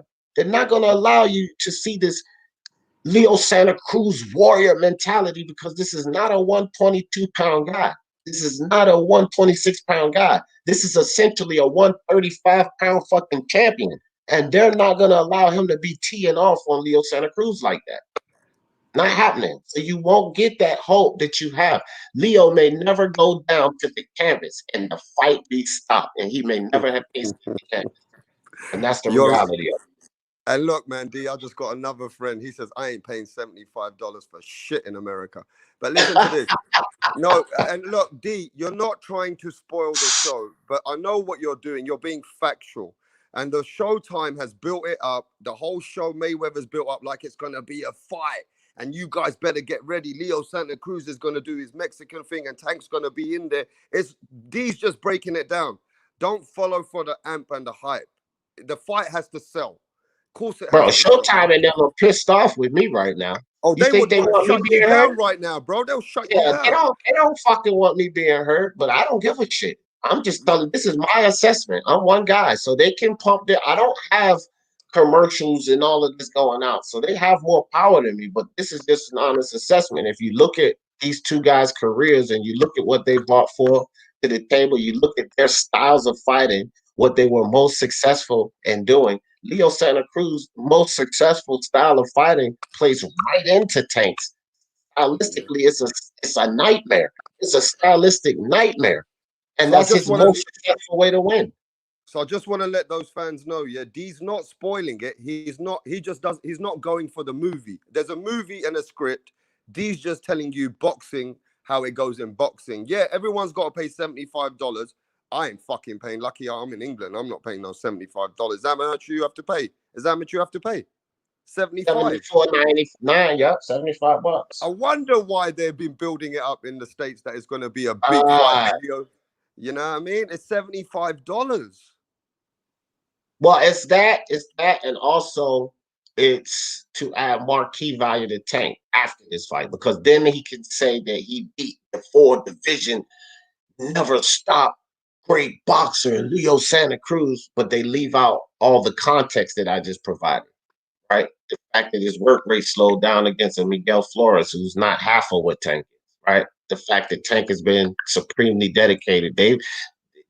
The advertisements are not going to show you his dedication before this fucking fight ever even started. They're not going to tell you all of that, right? They're not going to tell you the reason Tank had problems making weight in the past is because he was unfocused and not dedicated. They're not going to put all of that into the advertisement because they can't blow up the fact that this is such a great fight when what they're really selling is a WWE event, you know? These guys go in there and they put on the show, but they know which guy is going to get the 3 count. Well, Floyd and them are selling this. They selling this as a big competitive fight when the reality of it is this is a one-sided fight, fam. And it's more or less a one-sided landslide that they're hyping up to sell pay-per-views and give Tank marquee value after this fight, as if he just demolished this guy that was supposed to go 12 rounds with him. Bro, you are never in your life going to get sponsored by the TMT people. Remember I that. don't give a flying. I don't care. But the truth is, there's a lot of casual fans, D, and they are going for this hype to pay 75 to see a fight. You know that, don't you? Oh yeah, I'm not trying to stop them, and I say support them. You know, I say support all of these fighters. They risk their lives, so I want Leo Santa Cruz and Tank to make all the money they can make. You know, they may be getting a cut off the pay-per-view percentage. So shout out to everybody who supports the fight. That's not what I'm trying to do. I'm not trying to pull anybody away from supporting this fight. I'm just trying to deliver the actual analysis on this fight. It's not a competitive fight. It's not. Wow. Hey, you're just saying it as it is, bro. And then on Sunday, I'm sure these casual fans today, they don't understand everything. I'm sure Sunday they'll be subscribing, bro. Some of them.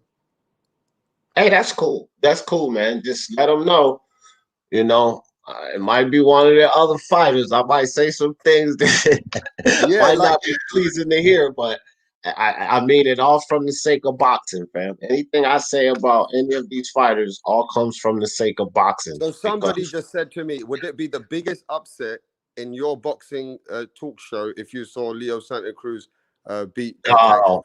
no, it would be huge, massive, and I would love it. I would love it. That upset. But the biggest would still be Ruiz Joshua. That was the biggest upset. Oh, that's Fantastic, facts. Yeah, so fantastic upset. But that was the biggest one. but this would be up there with it a little bit. I mean, it'll be up there as a good upset. You would have to, in some respects, say that Tyson Fury over Wilder That was because big. yeah, big upset because of the situation. You know, he had his belt, 10 title defenses. Fury coming off of that hiatus that he was on. I mean, just it's up there. It's a big upset and one that I would actually love to see. Which I love to see Fury do what he did to Wilder. So that's my man. But I would love to see this one too. I'm not a biggest fan of Leo Santa Cruz as I am a Fury because he's one of my top 5 fighters. However, I'm not a fan at all of Tank, and I don't like the way he's moving or none of that. And I think he's screwing up boxing. So guys like Tank Davis, Demetrius Andre, Gary Russell Jr., I would just like somebody to beat him so we don't have to hear their mouths anymore. These guys are all about mouth, but they're not doing anything. Gary Russell Jr., you fight fucking 6 times in 5 years. and you keep telling people stop playing with you, you're not even playing the game. So ain't nobody playing with you. So shut up, Gary Russell Jr. I was hoping he did get that fight with Devin Haney so he could shut his mouth up. And this is what I hope about Leo Santa Cruz. It's just with Devin Haney, I can see him shutting Gary Russell's mouth up. But it's the opposite here because Leo's the smaller guy, right? And I can't see that happening. So shout out to Leo, big heart, man. Bless up, Leo. But you know, you just got to keep it facts, man. Because look, if somebody gave you their hard-earned money, you're just saying this is the way you're gonna go. Right. So right. you can't just put. You're a show that has got no heart or emotions into fighters, like a lot of shows. Because some of these casual fans, they follow different shows, so you got to keep it straight on your show. Because I'm only getting few messages because they go around seeing a lot of casual shows. You're saying no matter how much you are riding with Leo Santa Cruz and he's your more favorite fighter than Tank, you just can't go against boxing in the way that you script it. That's I'm it. not doing it. I'm not doing it. I'm going boxing first. Tyson Fury versus Anthony Joshua. So for all of your people that's listening, Tyson Fury versus Anthony Joshua. Do you know how many Fury fans out there say Tyson Fury is going to school Joshua? Joshua have problems with gassing. Joshua just started learning footwork with Ruiz. Joshua this, Joshua that. I said it's a 50-50 fight. Right off the back, I said that. And see, Tyson Fury, one of my top 5 fighters. Now, I had a lot of my fellow Tyson Fury fans. Come on, man. What are you doing? You a fake Tyson Fury fan. There's only one Tyson Fury. Blah, blah, blah, blah, blah. But it's my honest assessment. It's a 50-50 fight. That's my honest assessment. So sometimes you're going to like what I say. Sometimes you're not. Sometimes you're even going to be a fan of the guy that I'm a fan of. In this case, Leo Santa Cruz. All of those guys that sending you the text messages. Hey, guys, we're on the same team. We all hope Leo win. But that's just my honest assessment. And even I understand that. I have a lot of friends. We always sometimes we agree and to disagree. Like a lot of my friends, they disagree sometimes when I've got Errol Spence ahead of Bud Crawford. And they don't understand me sometimes, so we get into it. But then when I break it down, they get it. They say that, well, I asked them, give me 2017 to now and tell me who's done what. Okay, forget 140. That's done now. Tell me what's happened in the last 27, 29 months. What the hell are we talking about? Is what a boxer has been achieving in the last few years. You can't put everything else and put them in the 147 ahead of my guy Errol. He hasn't done it yet. So I have different views about Errol when it comes to Bud, and especially with the Garcia fight. And if Errol's the same dog and this accident hasn't affected him, there's not going to be any question in my doubt he's in my top 5. But that's my view. A lot of people don't agree. They got Bud ahead of Errol at 147. I said, you've not been watching 147 for 2 years, bro. You haven't been watching 147. You're watching 2018. You can think that he's a better boxer. Okay, you can put him on the pound for pound list, but at 147, you cannot have him above Errol Spence. And this is what I always say: yeah, Crawford's the man that won 47 is what his fans say, but Errol Spence is actually the man at 147 because Crawford has one single belt, Pacquiao has one single belt, and Spence is the only unified champion at 147. So as much as you can respect Bud's skills, as much as you can respect that he's a pound for pound fighter, Spence is the man at 147. He's the only unified champion, and that means. And let's not forget how Spence had to win his world title, and how Terence Crawford got a title at 147. Spence had to. Let's just get this into facts. Spence had to come to our country in England, and still come against Brook, which Brook was still coming back from the. I know the GGG lost, but Brook was still a Brook, which is way better 5 years later fighting, or 4 years later fighting a Crawford today. Let me tell you that now. And Brook had the title. And Brook in his hometown in Sheffield had all his fans. Let me tell you this, bro. They were all going against Errol in that atmosphere. But Errol as a dog, look, I'm from England, bro. I'm not going to just be speaking like this because I got to be honest. He came over there and took the smile out of England, bro. He destroyed it. He got soda and shit thrown on him and all that kind of shit. No, because Brook came to America and showed Sean Porter how it goes at 147. Don't forget that. Right. But Errol, what Errol did to win his world title, I don't see Crawford wouldn't have got that title like that from England. He would never have won like that. He beat the dog shit out of Errol in the 9th round to get that title. He was losing that fight, bro. Yeah, he's got dog in him. Errol won that title like a champion. Let's get that straight. And then look, you go to his other title, against Sean Porter, and people say that, some people say that Sean Porter actually won the fight, right? Well, when you think about this, look at the two fighters that he fought to get both of his titles. Both of those guys beat up Jeff Horn. Sean Porter and Kell Brook beat the Kell Brook that Spence fought. Both of those guys beat up Jeff Horn. The reality is Jeff Horn can't box. He's bigger. But Kell Brook's a big guy. So he could have swole up just like Jeff Horn, and he's a way better boxer than Jeff Horn. So Kell Brook beats him. That Kell Brook anyway. Even with the eye from freaking Golovkin, he beats a Jeff Horn, right? Because look at how he was fighting Spence. And then you look at Sean Porter, he beats Jeff Horn. That's who Crawford won his belt from. Jeff Horn, let's be honest. Well, let's just remember this. A Manny Pacquiao setup. Bob Arum knew Pacquiao was leaving. See, this is stuff that I don't get into, but this is why I say this about this snake Bob Arum. It was a setup, fam. They took that fight over to Australia. We knew Jeff Horn was basically a 154-pounder fighting at 147. The judges was in Jeff Horn's favor, and Manny Pacquiao is top-ranked champion. When does Bob Arum ever give up that type of leverage? Manny Pacquiao's a big money guy, and he's top-ranked fighter. When does Bob Arum ever give up that type of leverage? He knew Manny was getting ready to leave. It was a freaking setup.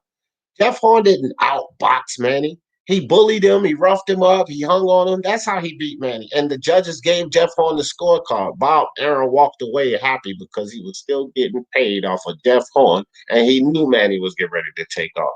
Now, you put that same Jeff Horn in the ring with Crawford. He was never a boxer. Crawford boxed around that dude like he was a fucking amateur.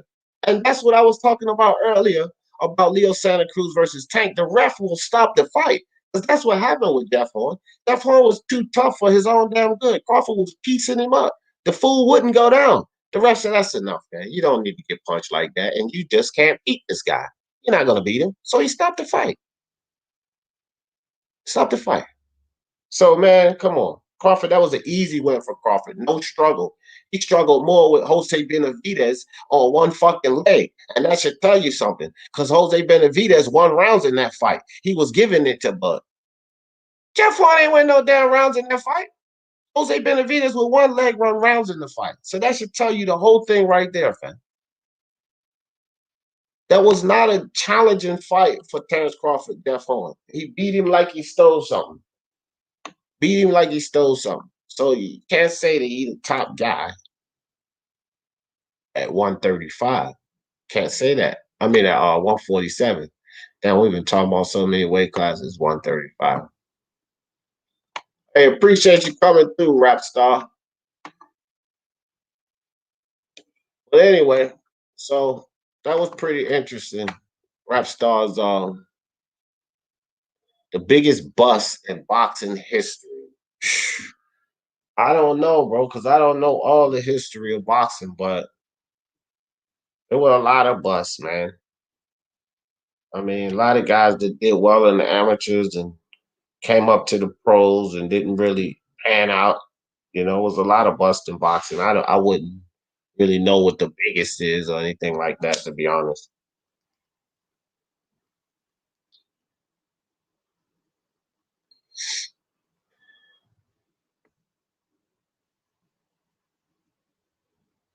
Let's see, Coco Tylenol.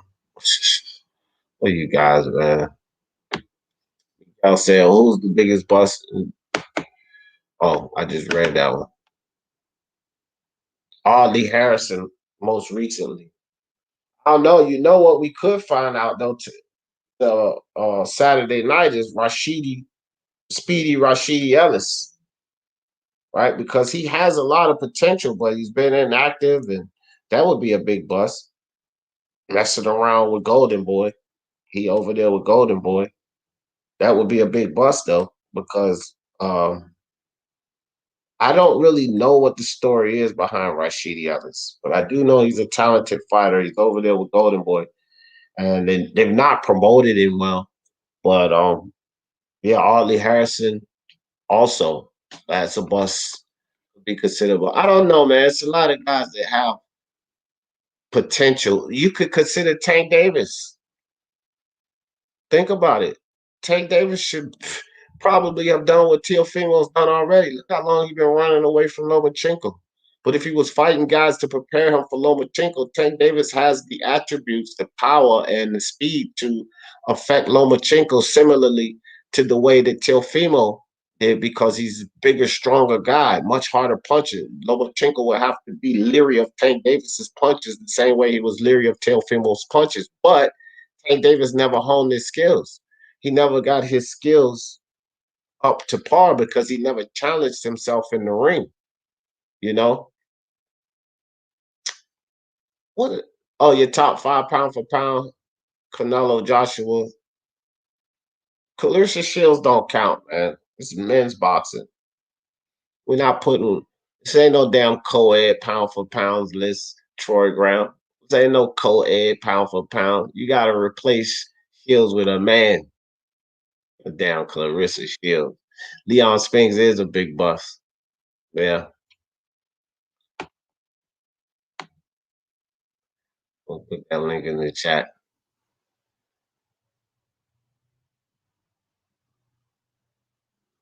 I have evidence on you. Oh my gosh, you guys, man. Rap star respect. Gotta grind, go make that cash. Salute, chat and D. Salute to you, man. Salute. Yeah, Canelo at 1. Yeah, I had Canelo at 1 on mine too, Miguel. On my personal list. I said then I took a part of this. This is from Mark's video. The top 30 pound for pound list, Miguel. Go check it out on Rival Boxing Talking News. I'll put the link in the chat again. But he did a top 30. He got a bunch of his channels to send him our top 15, and he came up with a mathematical equation to devise this top 30 list that he has out. So this is the link to that video, Miguel, and anybody else for Miguel and anybody else that want to, y'all go check that video out on Rival Boxing Talking News. The genius way he came up to utilize all our data to come up with this top 30 list. Pretty official. What y'all guys talking about? Crazy as hell, man. Support the grind. Salute everyone. Appreciate you, Rap Star. Appreciate you, brother. Big ups on that. Who going down? Hey man, y'all funny as hell. Is the Tank Leo fight card any good? Well, it's decent. It's not bad. I think that like all of the favorites, the thing with that Tank Leo card is all of the favorites pretty much are probably going to win the fight. You know, it's not really too competitive. I will say that, but it's a decent card. It's not a terrible card. Regis Prograis is fighting on that card, so you know, but he's gonna beat, and that's the thing. Like Tank Davis, the headliner, Tank Davis, Leo Santa Cruz. Well, a lot of people hope Leo's gonna win, but the reality is, be pretty comfortable picking Tank on that fight. So then you got Mario Barrios. He's fighting Ryan Carl, right? On the same card. So you could be pretty confident that Mario Barrios is going to win that fight. Diego Magdaleno got stopped by Teofimo Lopez is fighting Isaac Cruz. That's probably the most competitive fight on that card. Diego Magdaleno and Isaac Cruz. Okay. I would pick Diego Magdaleno. Regis Prograis is fighting Juan Heraldez, and Regis is going to stop him, man. I mean, let's be honest. Regis is top notch. The only guy I really see beating him at 140 is Josh Taylor. That's it. So Regis is going to stop Juan Heraldez, and the last fight is Michael Rivera and Ladarius Miller. Well, Ladarius Miller doesn't have anything to keep Rivera off. Let's put it that way. So he's going down. So that's basically that whole card. Now it's not a bad card. You see some good fighters on the card, but it damn sure ain't worth no damn 74.99 to me. Especially with the main event, I don't believe in it. I think they're selling a hoax. It's a crap show because Santa Cruz is not gonna do anything with Tank David. Boxing is boxing, sir. What man accomplished more than her? No, it's not. Our list is a man only list. You can't infiltrate our list with a female. No, it's not sexist. If you do women boxers fight in the ring with men? No. So you don't compare them to men. You compare them to who they fight with. You don't compare basketball players, uh, NBA players to WNBA players. You don't see a list with those. You ask for the top 10 greatest of all time of the NBA. They don't throw in Skylar Diggins or Lisa Leslie. They don't throw those ladies in there. But if you look up the WNBA's list, then that's where they're up there in the top 10. So we're not going to put Clarissa Shields in men's boxing because you don't compare her to men. She's not competing against men. This list is comprised of guys that are competing against each other. Clarissa Shields is not in the competition. So it has nothing to do with being sexist. Troy just throwing a monkey wrench in there, trying to make a bullshit argument about something. It ain't happening, Troy. I told you, you ain't got enough for me, Troy. Cut it out. Andre is getting ready to bust a label this lady. Man, Andre's an idiot, bro. He can't even secure Dustin, whoever the hell fight.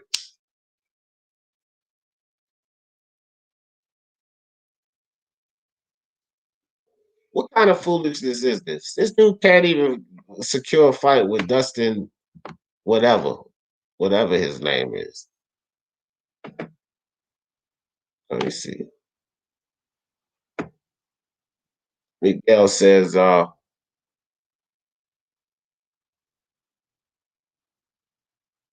sure. He'll be on. He's been on here twice already, Miguel.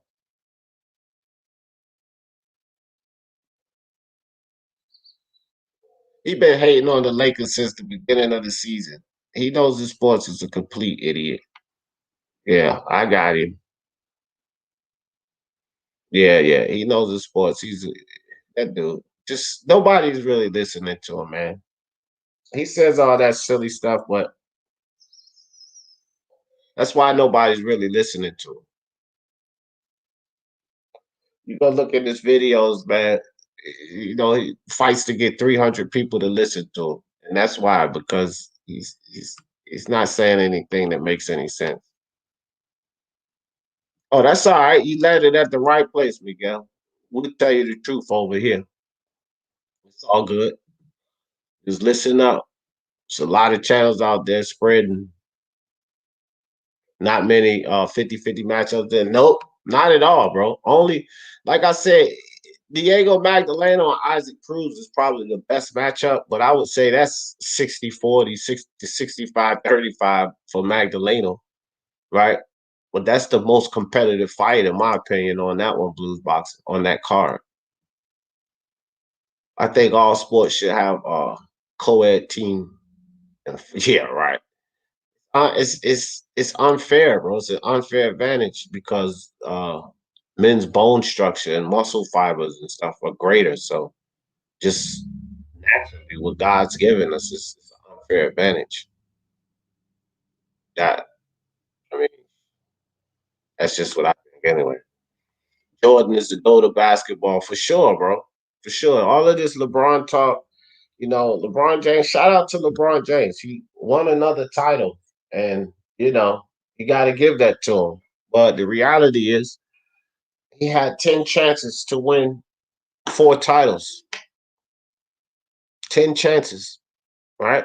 And then you compare that to the guy that they're saying is the GOAT. Michael Jordan has more titles than LeBron. He had 6 chances to win 6 titles, and all 6 times he cashed in. Now, if with 10 chances, if LeBron cashed in all 10 times, then yeah, we would be calling him the GOAT. But you didn't even cash in half of the time, LeBron. Jordan was 100%. So had 6 chances. Even if he went only 3, you would have more titles, but he would be 50%. It's a percentage, but he's 6 for 6. You went 10 times and you didn't even win 5, LeBron. You didn't even get half. You didn't cash in half of those times. Nah, bro. Can't call LeBron the GOAT. Not in my book. Can't. I like fraudulent on the path of the NBA. Gosh dang, but that's yeah. I mean, dog, he been hating on them the whole season. Before the bubble, he was hoping that Anthony Davis. Every time you turn around, Anthony Davis is going to go down to injury. I'm telling all of y'all, he's going to go down to injury. Then Anthony Davis don't go down to injury. Change the narrative to NBA is wanting LeBron to win. And it wasn't really about LeBron. I think it was more about the Lakers, the organization, 19 championships with Boston Celtics to tie that Kobe Bryant tribute because he just passed. I think it had more to do with that, but LeBron damn sure benefited from him. But that idiot made it all about LeBron James, right? Because that's just what he does.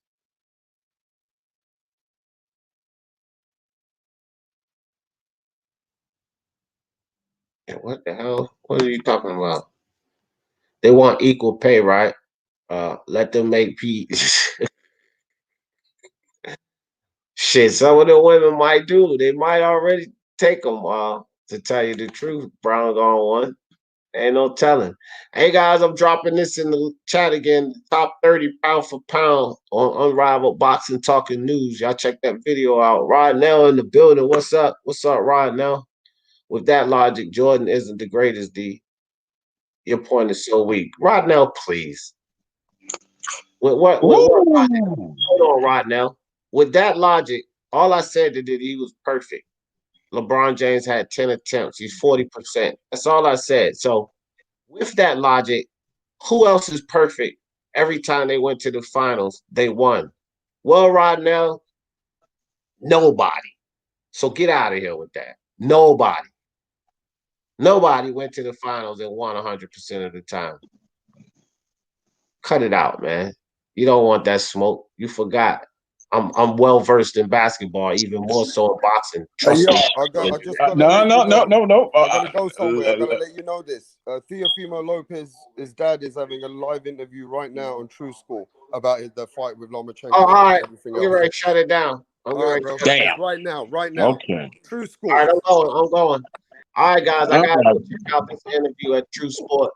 Troy, appreciate you coming through. Everybody, appreciate y'all coming on. Right now, stop the foolishness. We'll continue this on another date. Y'all know how I always end this thing. For the love of sports, let's talk about it. Peace.